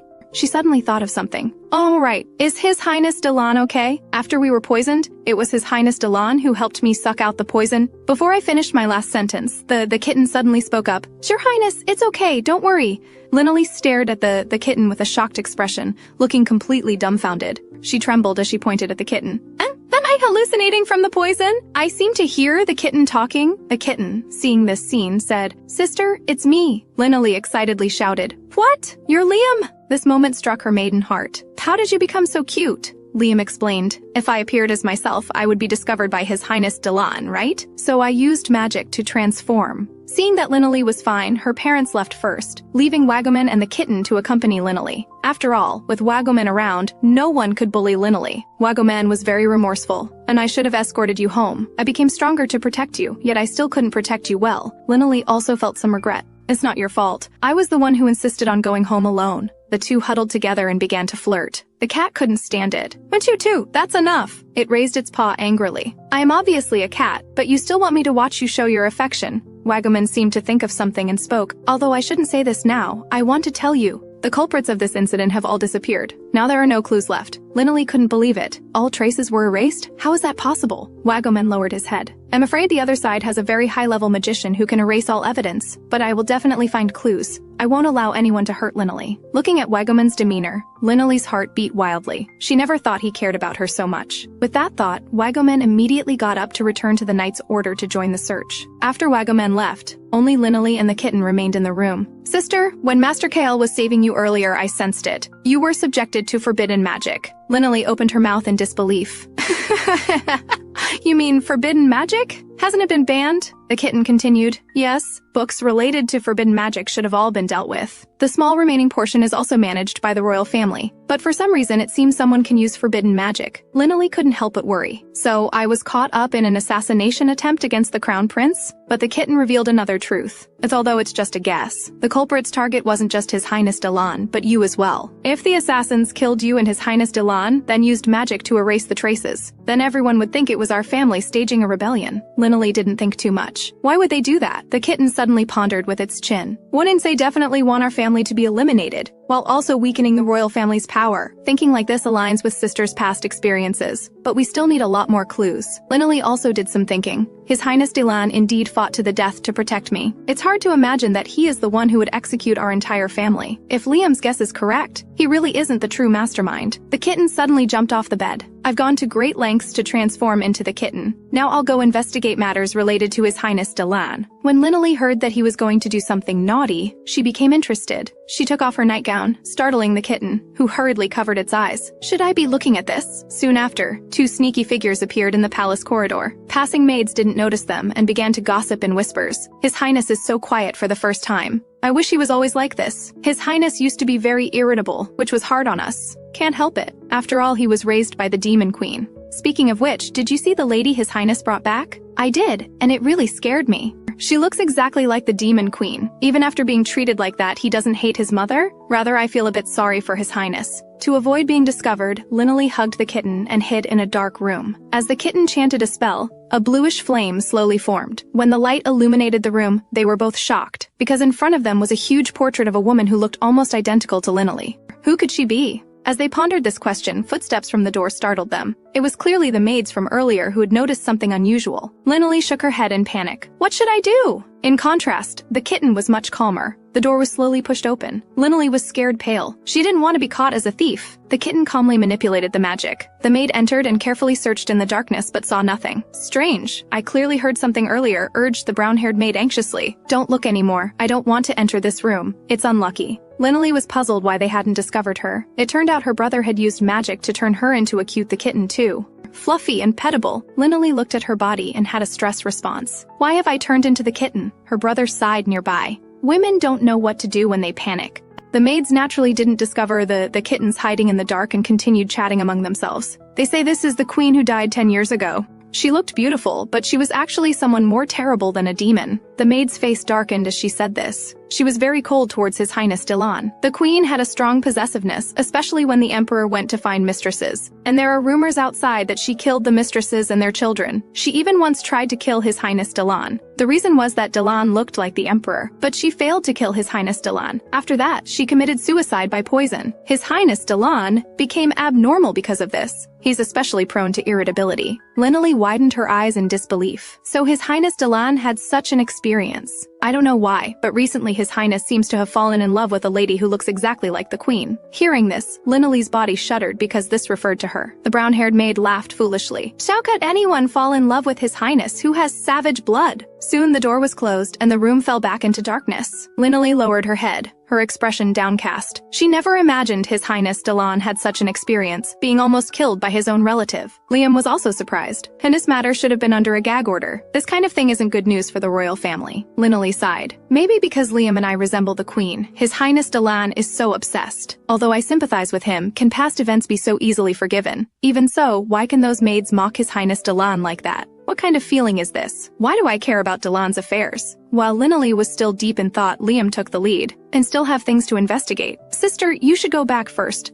I can handle the rest alone. Having a woman around would only slow me down when drawing my sword. In a few minutes, you'll transform back from a cat into a human. Hearing this, Linley became anxious. Liam, how can you just leave me like this? The two cats had barely separated for 2 minutes before Linley huddled in a corner of the corridor, sobbing. This castle is too big. I can't find my way back. Sob, sob. At the end of the corridor, Linley found a room similar to the previous one. Linley rushed in and secretly thanked herself for finally returning safely. She bumped straight into a pair of 6-foot-tall legs. Ouch, what did I hit? It's so hard. And who Linley bumped into was none other than His Highness Dilan. She looked around and realized this was Dilan's room. Dilan crouched down, very curious about why there was a cat in the palace. Just as Linley was about to escape, she was mercilessly caught by a pair of large hands. Dilan's hands mischievously pet the cat. Then he pressed his cheek against the cat and nuzzled it. You're fluffy, and you have that person's scent. Linley instantly felt unclean. Did His Highness Dilan just nuzzle me? Dilan brought the cat to the bed. Did you come to play, or are you lost? Either way, I envy you for being able to move freely. Dilan became emotional. And if I could also turn into a cat, I could easily go see that person, right? Dilan's eyes narrowed slightly. Then his hand gently lifted Linley's chin. A surprising thing happened. Dilan actually kissed the kitten on the lips. As their lips met passionately, the kitten suddenly turned back into Linley. So Linley was held tightly by Dilan, and they stared at each other as if the air had frozen. After a long while, Linley finally stammered but couldn't say anything. Dilan exposed his collarbone, tilted his head, and looked dumbfounded. Am I dreaming? Why is Linley in my arms? Dilan's expression became downcast. Is it because I've been thinking about her that she appears here? Linley seemed to grasp an opportunity to quibble. Pentis is just a dream. His Highness Dilan must be too tired? With these words, the air suddenly became awkward. Wah, indeed it doesn't make sense. How would a person in a dream argue? Dilan covered his head and shook it. So it is a dream after all. I can't even distinguish between dreams and reality anymore. I was wondering how she would appear in my room. Linley was stunned. She never thought Dilan would actually believe it. Suddenly, Dilan reached out and gently touched Linley's face. That day, I couldn't protect you well. Dilan leaned against Linley's round face. I'm making you say Linley suffered. I'm sorry. Linley's heart pounded wildly from being touched. She never imagined His Highness Dilan would be so frank. Was it because he thought he was dreaming? Dilan wanted to continue, but he held back. If I say more, it will surely trouble you. I've always wanted to apologize to you because I've done many things that forced you. Although I know you have a fiancé, I still imposed my feelings on you. You must have felt very troubled, right? Dilan lowered his head even more. I've been very sorry all along. I just wanted to see your smile so badly, but I seem to have used the wrong method. I'm always like this, always making mistakes. Linley twisted her lips, and as soon as I felt forced, he suddenly humbly apologizes. What is this? I clearly know this crown prince is dangerous, but when he looks at me with this expression, I can't leave him alone. All along, I've only met the crown prince a few times. I don't understand what he means by liking me at all. Could it be because I look like the queen? But didn't the queen try to kill His Highness Dilan? The maids also said that no one would love His Highness, who has savage blood. I finally understand now. Because His Highness Dilan has never been loved since childhood. So he has never known how to love others. That's why he's especially reckless in doing things. This is how he struggled to survive. But the crown prince's past has nothing to do with me. Linley slowly stood up, her face gentle. Your Highness Dilan, I should go. The dream should end. Seeing his dream lover about to leave, Dilan quickly caught Linley's hand. Linley didn't resist and fell back. The two on the bed stared at each other, their hearts beating intensely. Dilan looked at Linley tenderly. Unleashed in dreams, please don't go anywhere. I hope you can stay by my side and accompany me, okay? Linley's gentle voice carried a fatal temptation. Your Highness Dylan, are you mistaking me for someone else? Hearing this, Dylan's pupils shook. How does this woman know everything? But he still calmly said, I'm not mistaking you for anyone. Lina Lee began to patiently explain. And I think His Highness Dylan definitely doesn't like me. After all, the crown prince is just seeking from me, who looks very similar to the queen, the maternal love he never received. Dylan said excitedly. Sigh, really like you. Lina Lee opened her mouth wide. Your Highness Dylan, how can you say like so easily again? This word should be saved for important people. Even if you are the crown prince yearning for affection, I am not a substitute for that person. I'm sorry, so I cannot respond to your love. Dylan lowered his head and screamed hysterically. And it won't appear. There's no true love for me in this world. They only love the power I possess. Lina Lee opened her mouth wide. No, that person who truly loves you will definitely appear. It's just that His Highness Dylan must change for this. She suddenly remembered what Liam had said. If there really is a mastermind behind all this, and if we continue to let the crown prince act willfully, the tragedy of our family's execution will repeat itself. Now is definitely the best time to change the crown prince. Dylan's hand gripping the blanket trembled non-stop. What should I do to change? Dylan suddenly raised his head and moved closer to Lina Lee. If I become the kind of person you like, will you stay by my side? Lina Lee got up and walked towards the balcony. His Highness Dylan should already know the method. Aren't you already in the process of changing? You've already apologized to me for past events. Sort out past issues properly and treat others as frankly as you are now. There will definitely be an excellent person who can accept the most authentic you. After saying this, Lina Lee leaped down from the 18th floor. Like a fairy returning to heaven, she disappeared, leaving only Dylan still standing there. It seems I must give you up, Lina Lee. Dylan covered his forehead while greedily lying on the bed. It's really incredible. Although I was rejected, I don't feel sad. Is this top-tier psychological manipulation? Soon after, Dylan fell into a deep sleep. On the other side, as Lina Lee was about to fall to pieces, Liam hurriedly ran over, continuously chanting magic. Suddenly, a pair of wings appeared behind Lina Lee. Incredibly, she could fly. But what Lina Lee didn't know was that Liam was now panting like a dog. Clearly, his magic was almost depleted. Liam complained, Sister, could you lose some weight? When you jump from such a height, it takes a lot of magic for me to catch you. Lina Lee, without blushing or skipping a beat, changed the subject. By the way, how's your investigation going?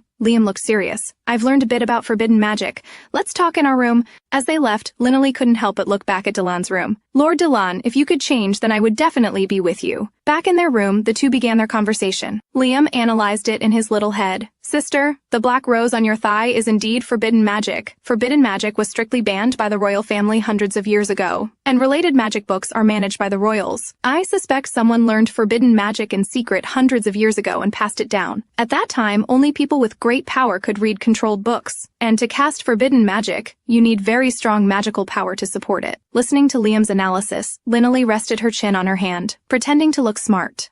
People with great power who also need strong magic. She couldn't help but think of two people, Erdi and Kyle, but Lina Lee quickly shook her head in denial. After all, their families are national leaders, why would they betray the crown prince? Liam continued his analysis. Then there's the Alice Tea Party poisoning incident, and your kidnapping and other events. All the reports seem to be kept by the Erdi family. If I could look at these reports, I might discover more clues. But Lina Lee frowned. Even if I begged Erdi, he wouldn't let me see them, right? After all, she had no connection with Erdi. What should they do now? The holiday quickly ended, and it was time for happy school days again. The playground was crowded, and naturally the Faxes four were there, always inseparable. The four who usually had a good atmosphere were especially awkward today. Anyone could see that Dylan and Kyle were still at odds. Anad, who was so popular with girls, naturally had good intuition. He pulled Erdi aside. Dylan looked at Kyle with a very sincere expression. Thank you for pointing out my flaws and stubbornness that time. Kyle lifted his chin proudly. It's nothing. I was also a bit emotional then. After saying this, he lowered his head. Sorry I lost control and attacked you with magic. While Dylan was still feeling touched, Kyle broke the mood. Dylan being so frank makes me a bit sick. To ease the awkwardness, Dylan cleared his throat lightly, then turned around, pretending to be profound.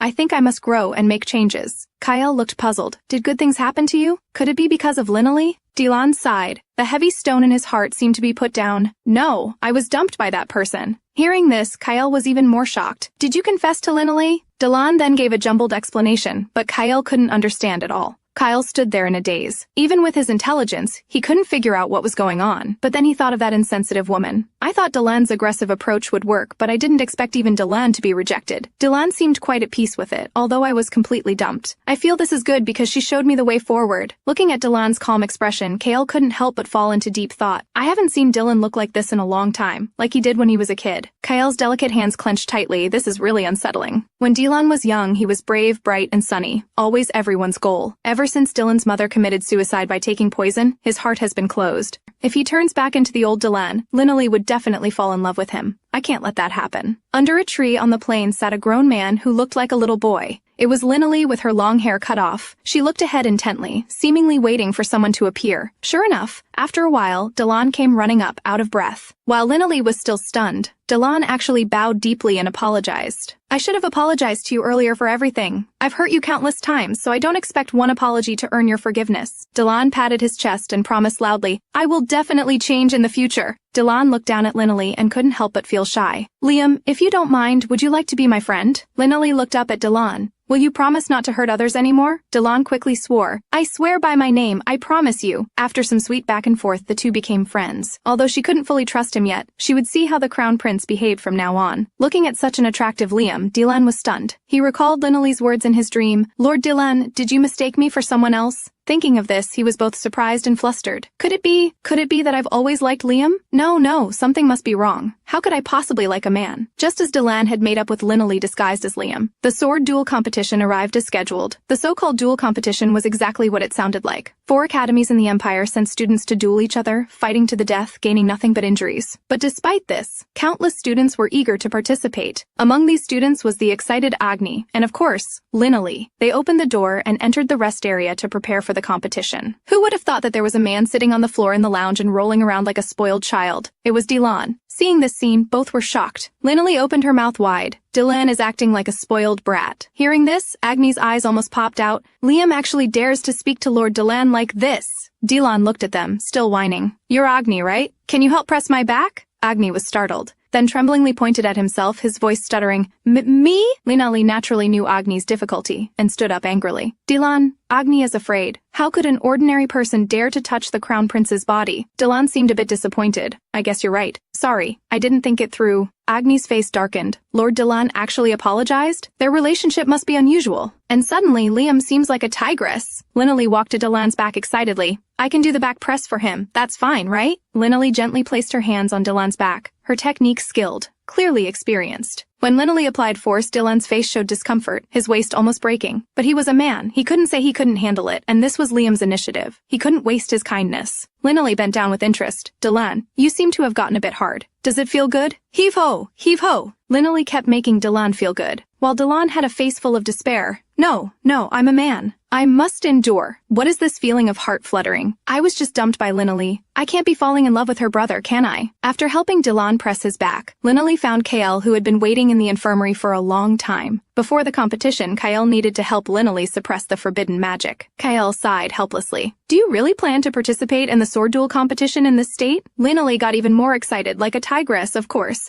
And my goal is to cut everyone down and win the championship. Kael stood with his hands in his pockets. I don't know what gives you such confidence when I'm your opponent. If you get injured again, I won't heal you. Linley was stunned for a moment, but then laughed. Kael is really tsundere. He says he won't, but he just treated me. Linley stood up, with confidence written on her forehead. I will definitely win the championship safely. Looking at this enthusiastic person, Kael also had a face full of despair, but he sighed deeply, then moved close to Linley's ear. If you get injured and need my help again, I'll charge a fee, you know. As he finished, he actually planted a firm kiss on Linley's cheek. Linley stood frozen, watching Kael walk away, still holding the healing ointment he gave her. What just happened? Could it be that he wants to? As fireworks burst across the daytime sky, the annual duel competition was once again underway. In the duel competition, students cut with joy. Spectators watch with peace of mind. Let me guide you through this joyful sword duel competition. First, let me introduce. The first team to enter is our Noble Academy, led by the Faxis 4. The second team is the Aruba Academy, which only admits men. The third team is the Magic School. The last team is the One-Isan Academy, made up entirely of beautiful girls, led by Jessica. And finally, the special guest. He is Wagaman, known as the Empire's strongest knight. As soon as Wagaman appeared, the audience immediately erupted. The momentum was overwhelming, even overshadowing the all-female One-Isan Academy. However, young people still preferred to see beautiful women, especially Agni, who seemed unable to move when he saw Jessica. Jessica is the most powerful female swordsman, and I heard she's planning to join the Royal Guard. Saying this, Agni was already immersed in it. Senior Jessica is so beautiful, truly the woman I love but cannot have. Looking at Agni, you could tell he had fallen into the sea of love. At this moment, Anad opened his arms and shouted, Jessica! The next second, the two embraced in front of everyone. Everyone was dumbfounded. Indeed, a commoner's goddess is a rich man's girlfriend. Jessica's face turned red. She pushed Anad flying 2.5 meters, muttering, "Didn't I tell you not to do this?" This scene made people who didn't have eyes open them. Then Jessica gracefully introduced herself. Her beauty was not inferior to Linaley's, if not better. Anand laughed so hard that his eyes almost closed. Jessica is my childhood friend. She may look beautiful, but her fencing talent is even better than mine. Don't underestimate her, Anad continued with a frown.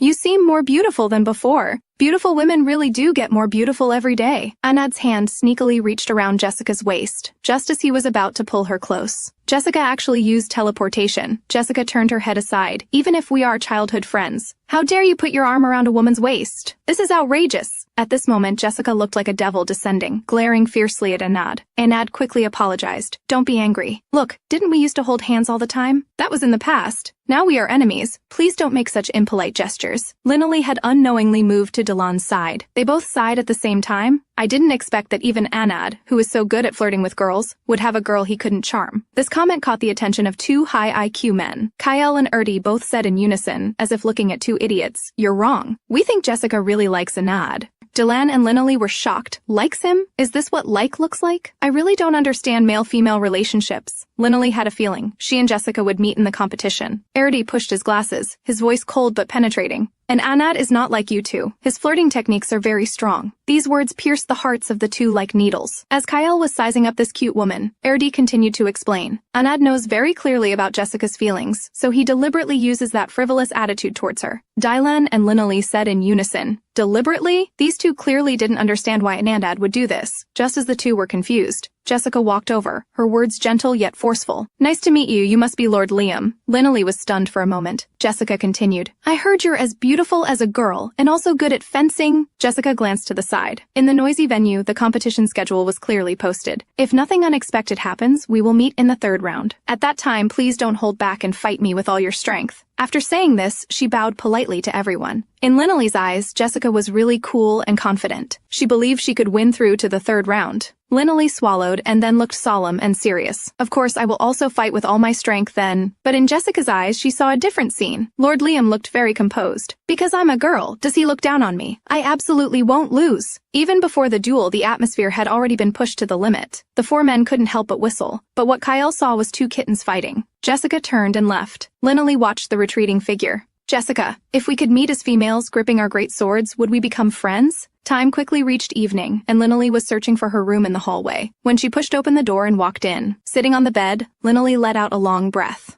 Because Wagaman was a special guest, they had the right to arrange a single room for him. Just then, severe pain shot from the root of her thigh, like being stabbed with a needle. This kind of wound wasn't usually a problem, it just hurt occasionally. Fortunately, Kyle had given her ointment. Thinking this, Linaley took off her pants, then began to carefully apply the ointment, while Linaley was seriously applying the ointment. A burly man with a bare upper body walked out, obviously just finished bathing. Wagaman's eyes widened as if he had seen a black hole. Linaley was startled, realizing this was bad. Why was Wagaman in her room, and without clothes? Obviously, she saw something amazing. Even the towel was standing up. Linaley was also startled and quickly closed her legs, covering what shouldn't be seen with her hands. The two stared at each other awkwardly for who knows how long. Wagaman was the first to give in to temptation, his face turning red as he looked away. "Linaley, why are you in my room and not wearing pants?" Linaley shouted excitedly. "Isn't this my room?" Meanwhile, Crown Prince Delan stood in front of a strange door. He looked seriously at the door number. "This should be Wagaman's room, right? I need to talk to him. As the eldest prince, I am going on a secret visit. Isn't it great? I will definitely make changes," as Linaley said. Thinking this, he stretched out his hand. Who would have thought that the knock on the door frightened the two people who were embarrassed? The two were now like people caught doing something bad, somewhat panicked. A familiar voice came from outside the door. "It's Delan. I have something to discuss with you. Is now convenient?" "I'm opening the door." Linaley's face couldn't help but darken. What to do? What to do? Her brain went blank. Delan seemed to keenly sense something. He quickly pushed open the door, but the room was quiet and empty. Not even a hair to be found. Delan slowly walked into the room, muttering, "Wagaman isn't here?" And he didn't lock the door, how careless. But as Delan was about to leave, his footsteps stopped. His eyes looked toward the viewers. "Did you hear something?"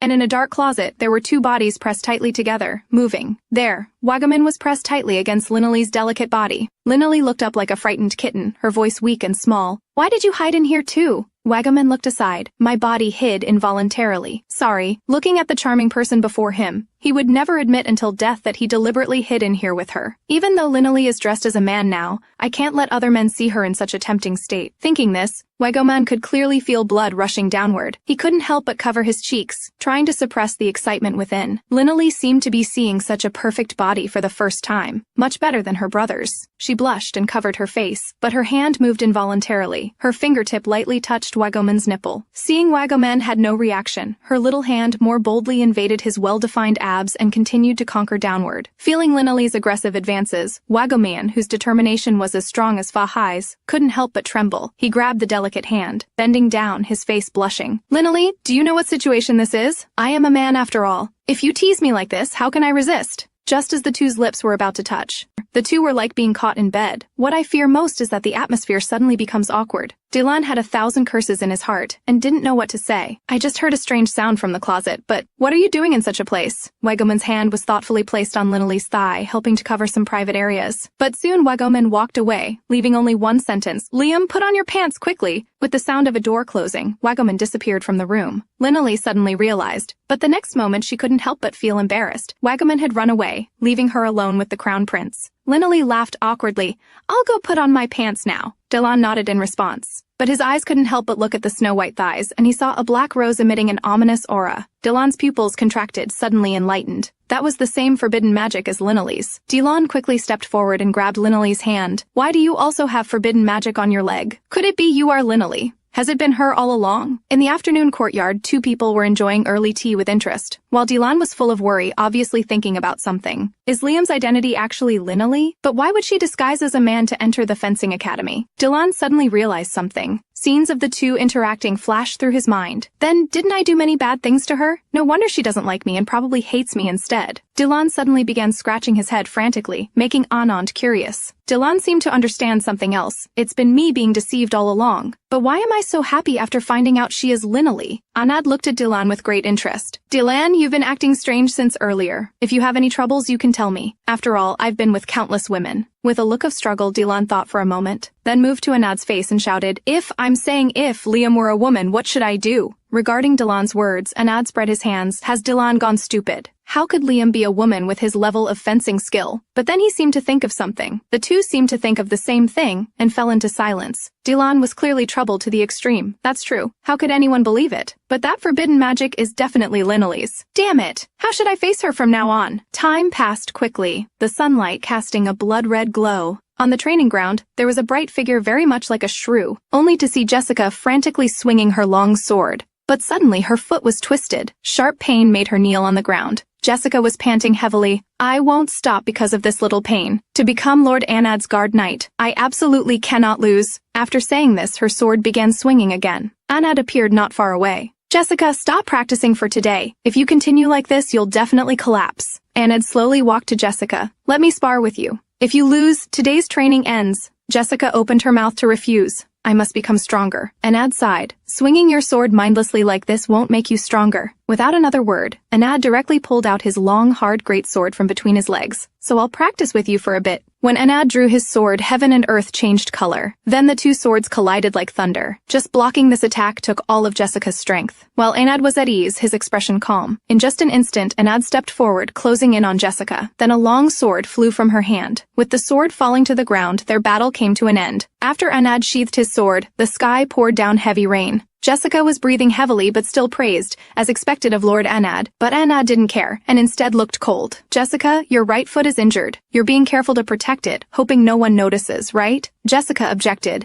This small injury won't stop me from participating in the competition. Anad sighed. It hurts so much, and although you will regret it this time, it's better for you to give up. Jessica's pretty face changed color. She shouted hysterically, I don't want to! I absolutely refuse to forfeit! Anad frowned. Why do you want to become a knight so badly? You come from a good family and you're beautiful. After graduation, many men would want to marry you. So you don't need to try so hard. Even if you don't become a knight, you can still have a happy life. Isn't that nice? The heavy rain kept falling on Jessica, and also poured cold water on her heart. Lord Anad, it's because I like you, but as only a count's daughter, I could never become your wife. Despite that, I still want to stay by your side, so I decided to become a knight to protect you.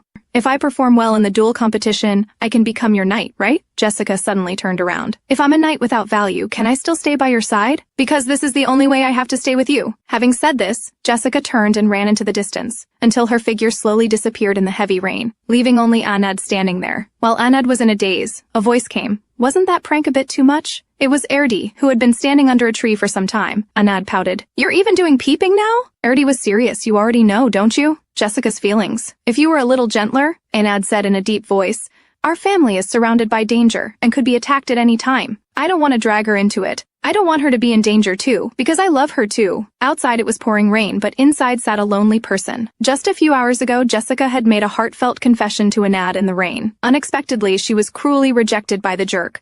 This made her very sad, but she hadn't given up. After all, Anad was handsome, rich, and considerate. Who wouldn't love him? But the sharp pain from her foot interrupted her deep thoughts. She had just bent down to touch her leg, when a masked man appeared quietly. Jessica quickly drew her great sword, but the masked man wasn't afraid of the blade and walked towards it, saying, I'm here to help you. After the masked man finished speaking, magic surged from his raised hand. Soon after, green magic appeared on Jessica's right foot. She could clearly feel the pain in her foot gradually subsiding. This way I'll be able to give my all in tomorrow's sword competition. But the man before her was unusually sleazy, and she wasn't sure what he was up to. A lewd laugh came from under the black robe. I want to tell you a secret. A little secret about your next opponent, Liam. I'm sure you'll find it interesting. Outside, heavy rain poured down, drowning out their nighttime conversation. The night passed quickly, and the sword competition welcomed its third match. Hello everyone, I'm today's commentator. Look, the first to approach us is Jessica from the Women's Academy. Oh, look at that confident, upright posture. She clearly has victory in the bag already, and her opponent is Liam from the Noble Academy. Don't be fooled by his girlish face. The last two opponents lost because they underestimated him. As the saying goes, red and blue often make a couple. Who knows what sparks will fly? While the commentator enthusiastically described the scene, someone else had other thoughts. Dylan crossed his legs, his mind wandering. If this guy is actually a woman, then I've been attracted to Linley all along, so I'm not gay. I almost thought I was. In the arena, the two faced each other like tigers squaring off. Linley spoke first. Lady Jessica, as agreed, I'll give it my all. Hearing this, Jessica's face darkened. Having Lady Jessica come out of your mouth really makes me sick. Next, both drew their greatswords and assumed their battle stances. At the referee's signal, Jessica took the lead and quickly approached Linley, her sword gleaming with deadly intent. A metallic clash rang out as Linley raised her sword to block. Just this one strike made her hands tremble. She could feel the explosive power in Jessica's body, like facing a tigress, fierce and vicious, yet strangely beautiful. Under Jessica's tricky offensive, Linley was forced to retreat repeatedly. At one point, her face was even scratched. Looking at Jessica, Linley sensed something was wrong. Clearly, Jessica's face was red with rage. Only you are unforgivable. With swords pressed close, Jessica spoke. Liam, you're a woman, aren't you? Linley widened her eyes in disbelief. How does she know? Have rumors already spread? Linley tried to deny it. I'm clearly a man. Hearing this, Jessica gritted her teeth. You have the nerve to say that? Full of lies. I've been working so hard to stay by Lord Anad's side, but you just casually disguise yourself as a man and stand here? I absolutely won't allow this. With that, Jessica's attacks became even more fierce, raining down like hailstones, forcing Linley to retreat constantly. Soon, Linley's clothes were in disarray. There was one thing Linley didn't understand. Even if her disguise as a man was exposed, why was Jessica so angry? At this rate, I'll lose. Unexpectedly, the forbidden magic suddenly flared up, sending pain through her body. Linley's face couldn't help but twitch. Kill her! At that moment, a terrifying voice entered both their ears. Linley began looking around. What was that voice just now? Jessica, meanwhile, clutched her heart in pain. The next second, her body moved involuntarily, and her sword swung against her will, with greater force than before. Jessica cried out, Liam, run! My body is out of control! Before Linley could react, Jessica suddenly exerted force, knocking Linley's sword from her hand. Jessica raised her greatsword again, ready to strike down. In that critical moment, Dylan appeared with red eyes, while Anad simultaneously appeared in front of Jessica. Dylan, holding Linley, was furious. Jessica, you just tried to kill her, didn't you? Dylan swung his greatsword recklessly, only to be blocked again by Anad. Hey, Dylan, how can you point a sword at a girl, especially one I like? The atmosphere became tense. Dylan angrily shouted, Anad, put down your sword! Anad replied calmly. Dylan is the one pointing a sword at a girl, which is dangerous. Dylan roared like thunder. Match terminated. This match is declared invalid. This inadvertently caused quite a commotion among the crowd. Jessica propped herself up with her sword. I clearly won this match, and there was no need for the match in the first place. Dylan looked at her with deep displeasure. This woman was so calm and proud yesterday. Has she lost her mind? Jessica, with a dark expression, beat her chest. This so-called Liam is a fake because she's a woman. This statement immediately caused the crowd to boil with endless chatter. Jessica continued shouting, she has no right to participate in the competition. Anad had no choice but to knock Jessica out with a chop to her head. Jessica, stop talking. Go to sleep first. Anad picked her up and apologized to everyone. This woman seems to have lost her mind. Please forgive her. Dylan frowned, thinking, why would she reveal Liam's true identity in public? And I sensed something strange about her, as if someone was controlling her. Dylan looked at Anad. Anad, hand this woman over to me. When she wakes up, there are many things I need to ask her. Anad refused without even thinking about it. Dylan's face immediately darkened. This isn't a friend's request, but the Crown Prince's order. Anad's expression became sharp, showing no fear of Dylan. Even if you pull rank as Crown Prince, I won't hand her over to you. Dylan's eyes turned red and he was furious. Anand, are you going to disobey my order? Just then, a soft voice came through. Dylan, don't do this. You can't hurt others like this. Remember what you promised me? After Linalee's continuous persuasion, Dylan finally put away his greatsword. But at that moment, the overwhelming public opinion was like cyberbullying, an invisible pressure making it hard to breathe. Linalee was on the verge of breaking down. What should I do? Everyone is suspicious of me. No explanation will work now, will it? Dylan suddenly patted Linalee's shoulder. Liam, go to the break room first. I'll calm them down. But Linalee bit her lip and whispered, to clear up yesterday's misunderstanding, is this the only chance? Linalee slowly took off her jacket. If I had known things would turn out this way, I should have proven it earlier. She continued to unbutton her shirt. Dylan was shocked. Is she going to show her breasts? No, only I can see that. But Linalee still recklessly tore open her clothes. Under the clothes was snow-white skin with no curves at all, completely flat like an airport runway. Dylan was stunned, not knowing what to think. But now all that remained was, wow, that's impressive. Looking at this scene, the audience couldn't bear to watch. Only Wagman stood up. Lakaylee, suffering from cerebral atrophy and impotent rage, I don't want a flat chest. Dylan was also shocked and didn't know what to say. Just a day earlier, he had seen the forbidden magic on the thigh, but this scene completely overthrew everything he had seen and thought. So, this guy really is Liam? I thought it would be Linalee disguised as a man. So all of this was just my wishful thinking, all a misunderstanding? Though Linalee appeared calm on the surface, inside she was in turmoil. What's the difference between this and pooping in public? I can't get married. Only 2 people knew why this happened. After being caught in bed together, Linalee found the all-capable Kyle. Tears flowed from her eyes like soybeans as she told him everything that had happened. Of course, she left out the part about her and Wagman getting cozy in the closet. Kyle looked very interested. So it's finally been exposed, huh? Things are getting interesting. I wish I could have seen Dylan's expression. Linalee cursed in her heart. Bastard.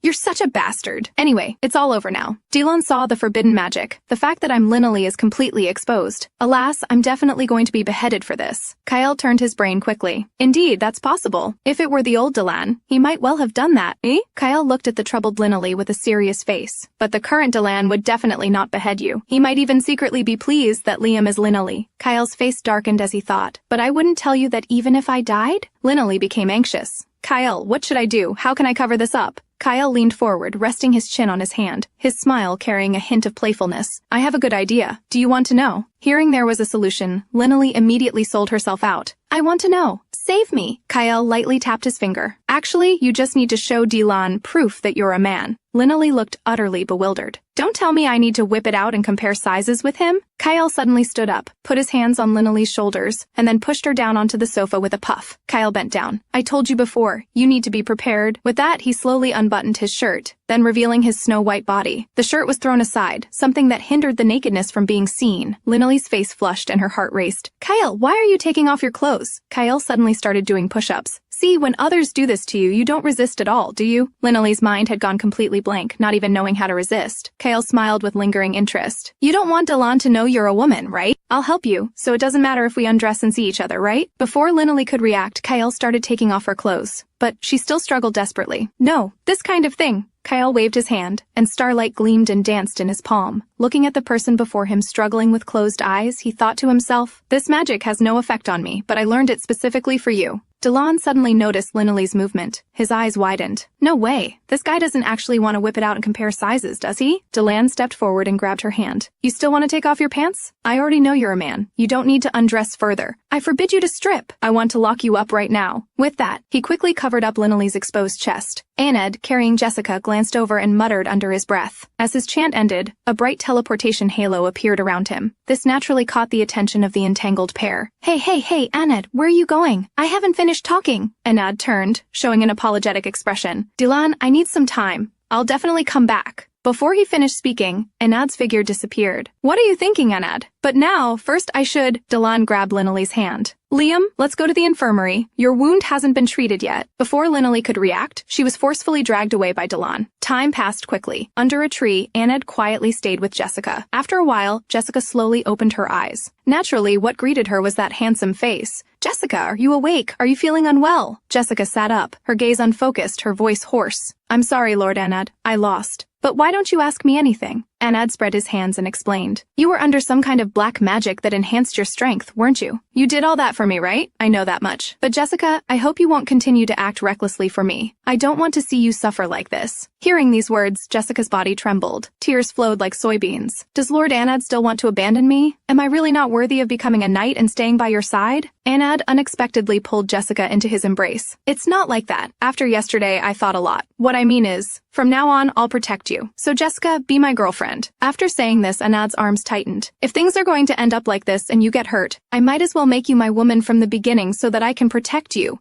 Jessica could no longer contain her excited tears. She tremblingly reached out her hand, grabbing hold of her future. Lord Anad, this way I can stay by your side, right? Anad gently pushed Jessica away. Is just staying by my side enough? I won't be satisfied with just that. Under Jessica's shocked gaze, Anad's face slowly drew closer. And so, the two kissed. Who knows how long they kissed? When they separated, there was even a string of saliva. Anad continued to speak tenderly, uttering the language of a playboy. Though I may seem carefree, once I have you, I won't let you go even if it kills me. Jessica was momentarily at a loss, not understanding what Anad meant, just staring blankly. Anad revealed a sunshine-like smile. You don't need to worry about anything. Just trust me. With that, he again pulled the beauty into his arms for more passionate kissing. While one side was filled with romance, the other was filled with unease. In the changing room, someone was coldly casting healing magic. Although I cast magic on you, it was just to prevent Dylan from discovering your Linnelly. But stripping in front of everyone like that was really inappropriate. Kyle withdrew his hand, and the magic healing ended. He lightly lifted Linnelly's chin. And we agreed that if you got hurt and needed my help, I would punish you. Linnelly blushed and pushed Kyle back 2.5 meters. I'm sorry, I won't act rashly again. Please forgive me. But before Linnelly finished speaking, the magic suddenly disappeared, and the whiteness on her chest slowly swelled, stretching her clothes. Whether it was Kyle's intention or an accident was unclear. Linnelly screamed and buried herself under the covers. Lord Kyle, what should I do? If I don't bind my chest, I can't wear the tight clothes. Kyle thought for a moment. Binding your chest? This is not a problem. Since it's just the two of us now, it doesn't matter if you don't wear anything, right? And haven't we already seen each other naked? Don't you remember? Also, just to let you know, the punishment is about to begin. With that, Kyle leaned in and kissed Linnelly's collarbone. Under Kyle's crazy kiss, Linnelly was kissed until her face was red. Lord Kyle, what are you doing? Why are you kissing my neck? Kyle looked very interested. Next time, my punishment won't just be kissing your neck. Kyle stood up. I'll go get the bandages for binding your chest. Wait here, don't run off. With that, Kyle left the infirmary. Not long after Kyle left. Liam, are you in there? Linnelly was startled. What should I do? I don't have magic to protect me now. How should I face Dylan? If Dylan sees me like this, all my previous efforts will be wasted. Linnelly hurriedly blocked the door and told Dylan not to come in. The commotion inside startled Dylan. You're still angry with me, aren't you? I promised you I would change, but I failed. I almost lost control again.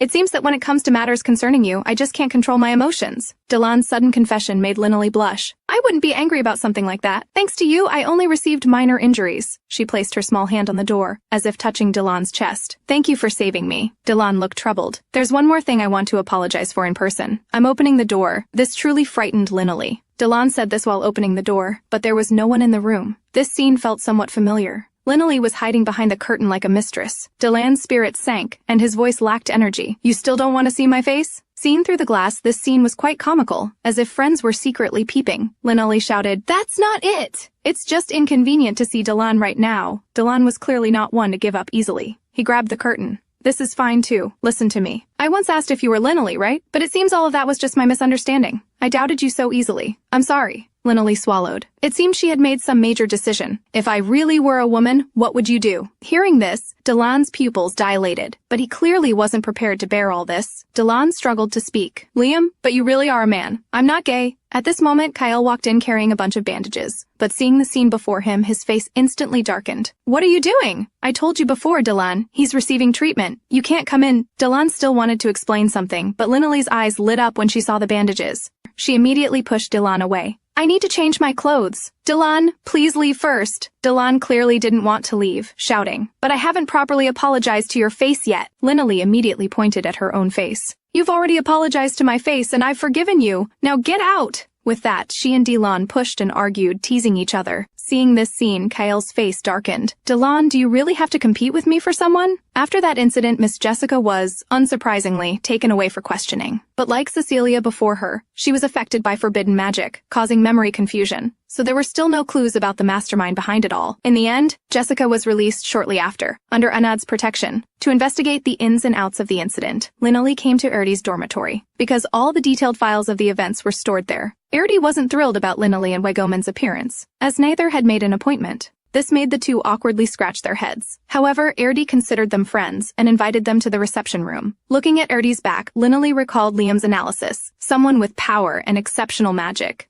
No matter how she thought about it, Erdy was suspicious. While Linley was deep in thought, Wagoman suddenly leaned in. Hey Linley, my relationship with this guy isn't good enough for a one-on-one chat. But Linley didn't consider this and mercilessly sold him out. Wagoman, you've already sparred with Kyle. Why not spar with Erdy too? Wagoman leaned to Linley's ear and whispered, What exactly are you trying to do? And you asked about the location of the archives. But instead of an answer, Wagoman got a performance. Linley took a deep breath and went into acting overdrive. Ah, my stomach hurts so much. I can't take it anymore. She ran towards the end of the corridor. I'm sorry, I need to use the bathroom. She vanished in a flash. Erdy's expression was calm. He was just a little embarrassed, but this made Wagoman suffer. Linley's face was grave. I hope I can find something in the archives about the mastermind behind this whole thing. In the reception room, Wagoman and Erdy sat facing each other. Erdy picked up his teacup. So, you came to see me for a reason, right? Wagoman's expression was like a modern college student, clear yet foolish, just nodding continuously. Sure enough, the atmosphere quickly cooled. Erdy sighed. It seems Liam is the one who wanted to see me. Speaking of which, he's taking a long time. Did he fall into the toilet? I'll go check. Wagoman hurriedly stopped him, then racked his brain for an excuse. Liam has had digestive problems since childhood, and he has hemorrhoids. This statement made the atmosphere even more awkward.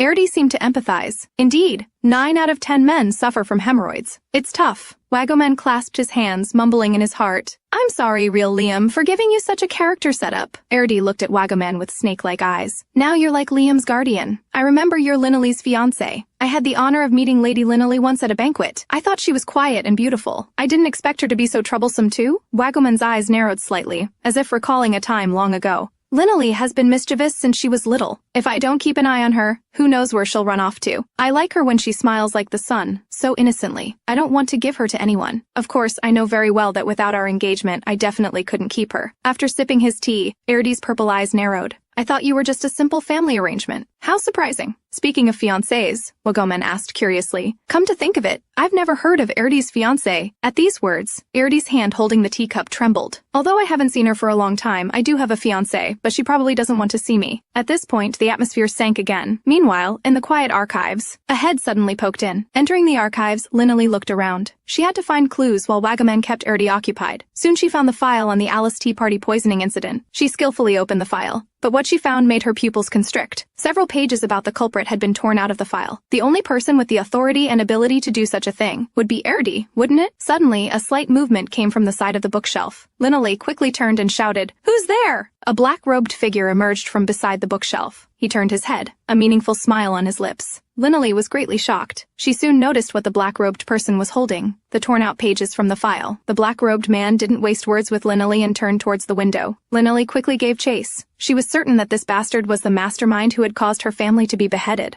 The black-robed man turned, muttering under his breath, Suddenly, magic pushed a bookshelf towards Linley. Shadowed by the falling shelf, Linley couldn't dodge. Countless books and the shelf crashed down, but Linley was protected under a red-haired figure. In the nick of time, Wagoman had arrived. He was breathing heavily. Luckily, I made it in time. Linley, are you hurt? Linley opened her eyes and glanced at Wagoman. She quickly turned to look in the direction bathed in the blood-red sunset. But there was nothing there, only a half-open window. Clearly, the black-robed man had escaped through it. Linley got up, shouting, "We must catch up to him quickly!" She grabbed the windowsill, ready to jump out. Wagoman quickly caught her. "Linley, what are you doing? Calm down!" But Linley shouted, "Let me go! He's getting away!" Soon, though, she came to her senses, realizing that Wagoman was holding her back. Wagoman asked curiously, "Who is that guy you mentioned?" "Linley, what are you hiding from me? Not just this time, but also when you pretended to be Liam, the attack incident, and when you exposed yourself at the sword-fighting competition. Why are you doing all these outrageous things? Tell me the reason." Linley turned her head away. Wagoman stood up straight. "Can't you tell me? Am I so unreliable and untrustworthy? I'm supposed to be your fiancé, yet you trust Kyle more. He seems to know about your female-to-male disguise too, right?" Linley quickly defended herself. "Kyle found out by accident. I was exposed by the second episode." Wagoman reached out and grabbed Linley's shoulders. His face darkened instantly. Then tell me! Tell me everything. Is that not acceptable? I can face it all with you." Linley hesitated. "Could I tell Wagoman everything? All of it?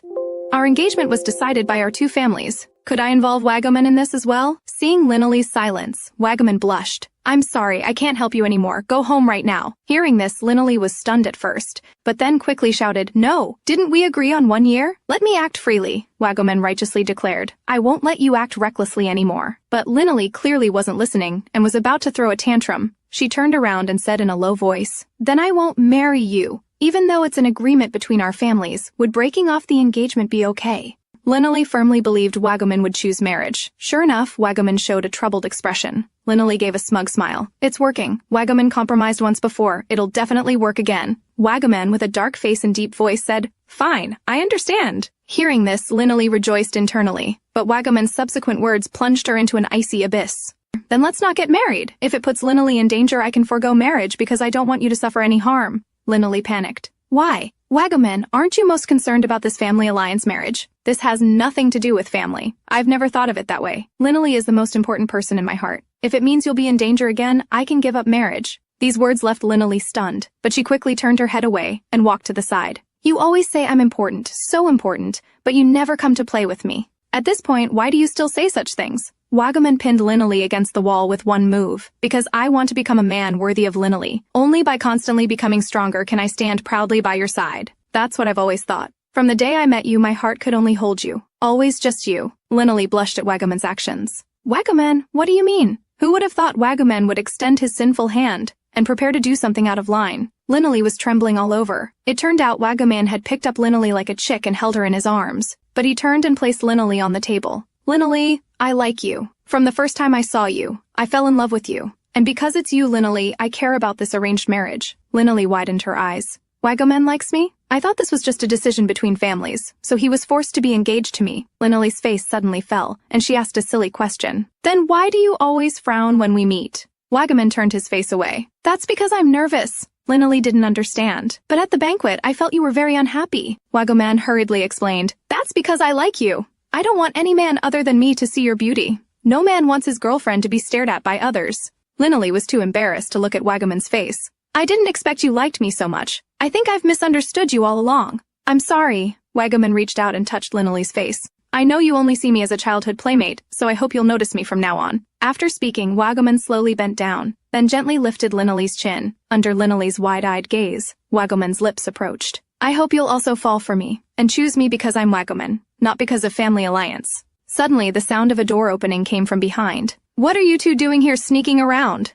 Startled, Linley quickly pushed Wagoman away by 2.5 meters. Wagoman must be very unhappy in his heart. Erdi walked in with a resentful look. His eyes glanced sideways, and saw the mess inside the room. "What happened here?" Just as Linley was about to say something, Erdi spoke up. "I'll hear your explanations later. First, come help clean up." As Linley was about to help, Wagoman grabbed her hand. Continuing his heartfelt confession, "Linley, I will always love you until you love me too." Time passed quickly. In the square, there were 4 small figures. From left to right, they were Wagoman, Linley, Liam, Dylan, and Kyle. As for why they had gathered here, it went back to a few minutes earlier. To investigate Erdi, Linley had specifically brought Liam along. From Erdi's confused expression in the archives, it was clear the mastermind was someone else. Or perhaps Scholar Erdi could use a clone spell. Originally, Linley wanted to continue following Erdi, but was discovered by the two childish troublemakers. Then Wagoman appeared like a grudge, flashing in front of Linley. Wagoman and Kael questioned from left and right. Only Dylan smiled foolishly. Soon, Erdi noticed these four people. The resentment in his eyes was almost overflowing. He wondered why these people were here. The four showed various expressions, but only Linley spoke up to explain. I heard Senior Erdi is going to the winter country for vacation.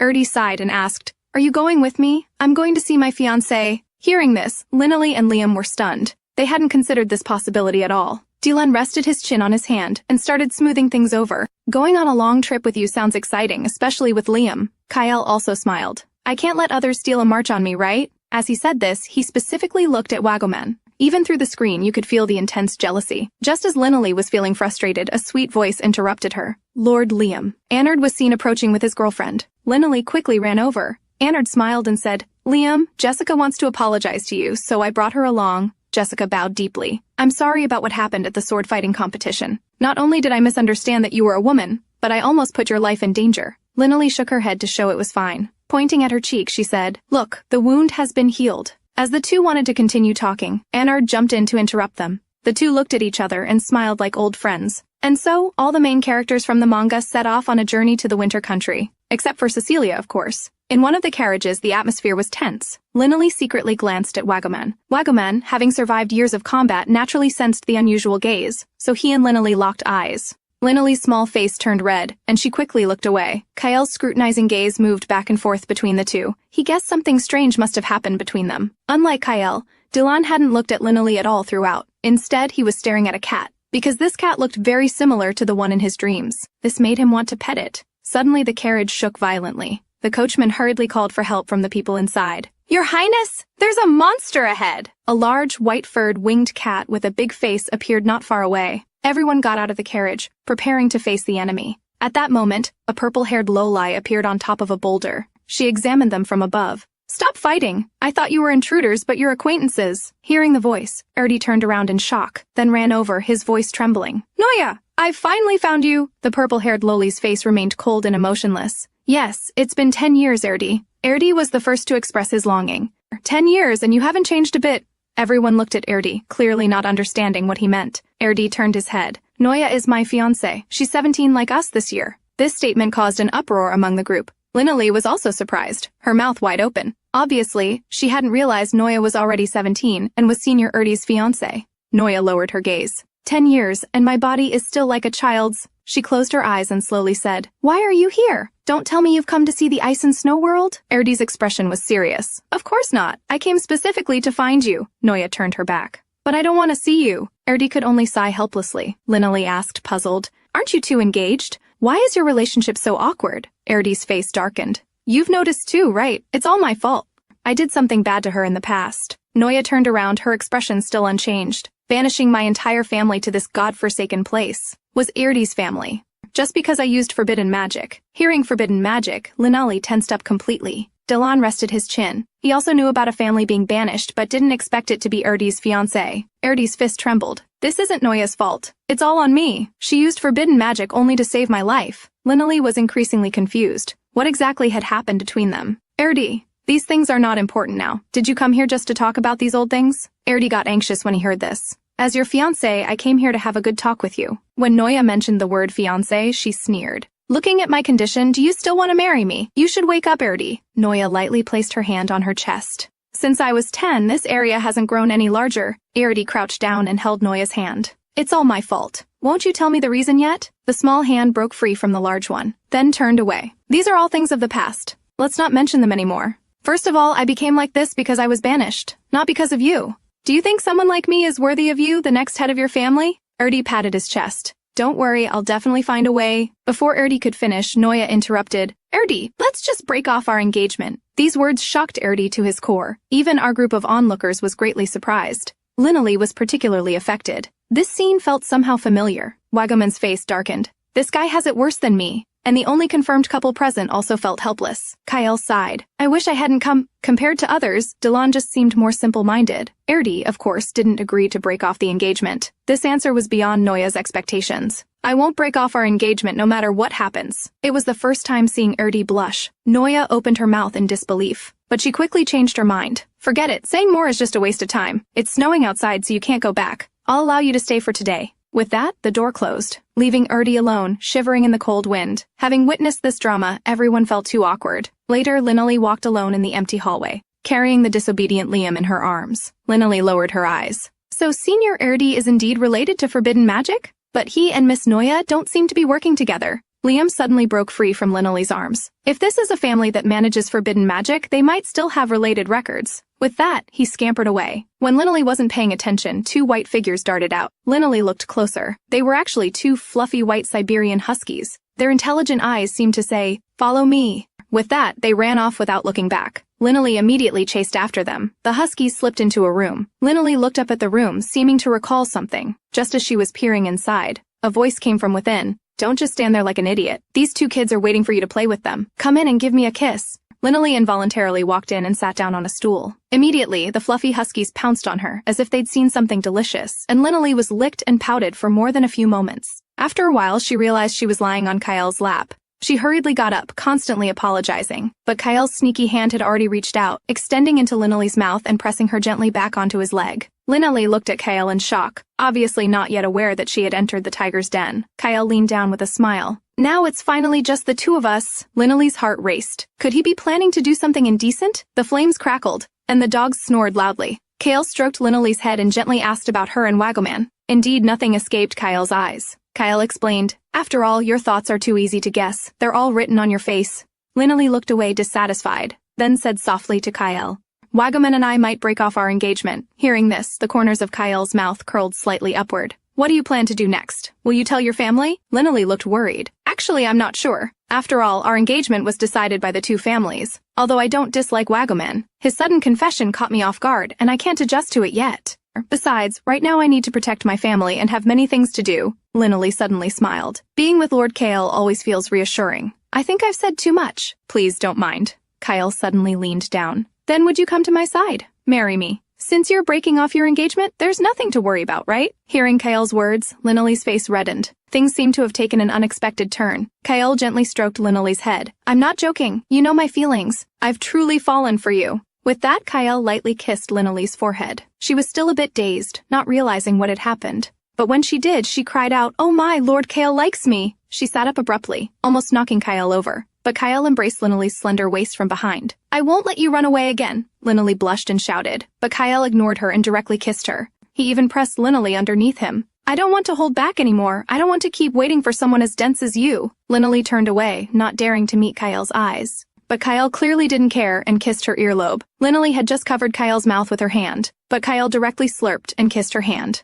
Linnalee quickly pushed Kyle away by 2.5 meters. At this moment, Kyle looked like a lecherous beast in Linnalee's eyes. She didn't hesitate to turn and flee. Meanwhile, Dylan was leisurely taking a walk. The sudden sound of a door crashing open startled him, only to see Linnalee covering her red lips, running out shyly. She didn't even acknowledge Dylan before running away. Dylan was about to chase after her to ask what happened, when Kyle appeared behind him. "Dylan, what do you plan to do after catching up to him?" Dylan looked displeased. "What did you just do to Liam?" Kyle was extremely frank and told what had happened. "I just kissed him a few times." Dylan was stunned. "You just kissed Liam?" Kyle folded his arms. "Dylan, you heard right. I confessed to Liam and even kissed him several times." Dylan shouted excitedly. "Confessed? Isn't that guy a man? You like men?" Kyle sighed deeply. "What's wrong with a man liking another man?" But soon Kyle thought of an issue, a cold smile curling his lips. "Sorry, I almost forgot. Dylan, you're the crown prince, so this is a serious problem. You have the duty to continue the royal bloodline, right?" Dylan retorted. "Don't you, from a duke's family, also need to continue your family bloodline?"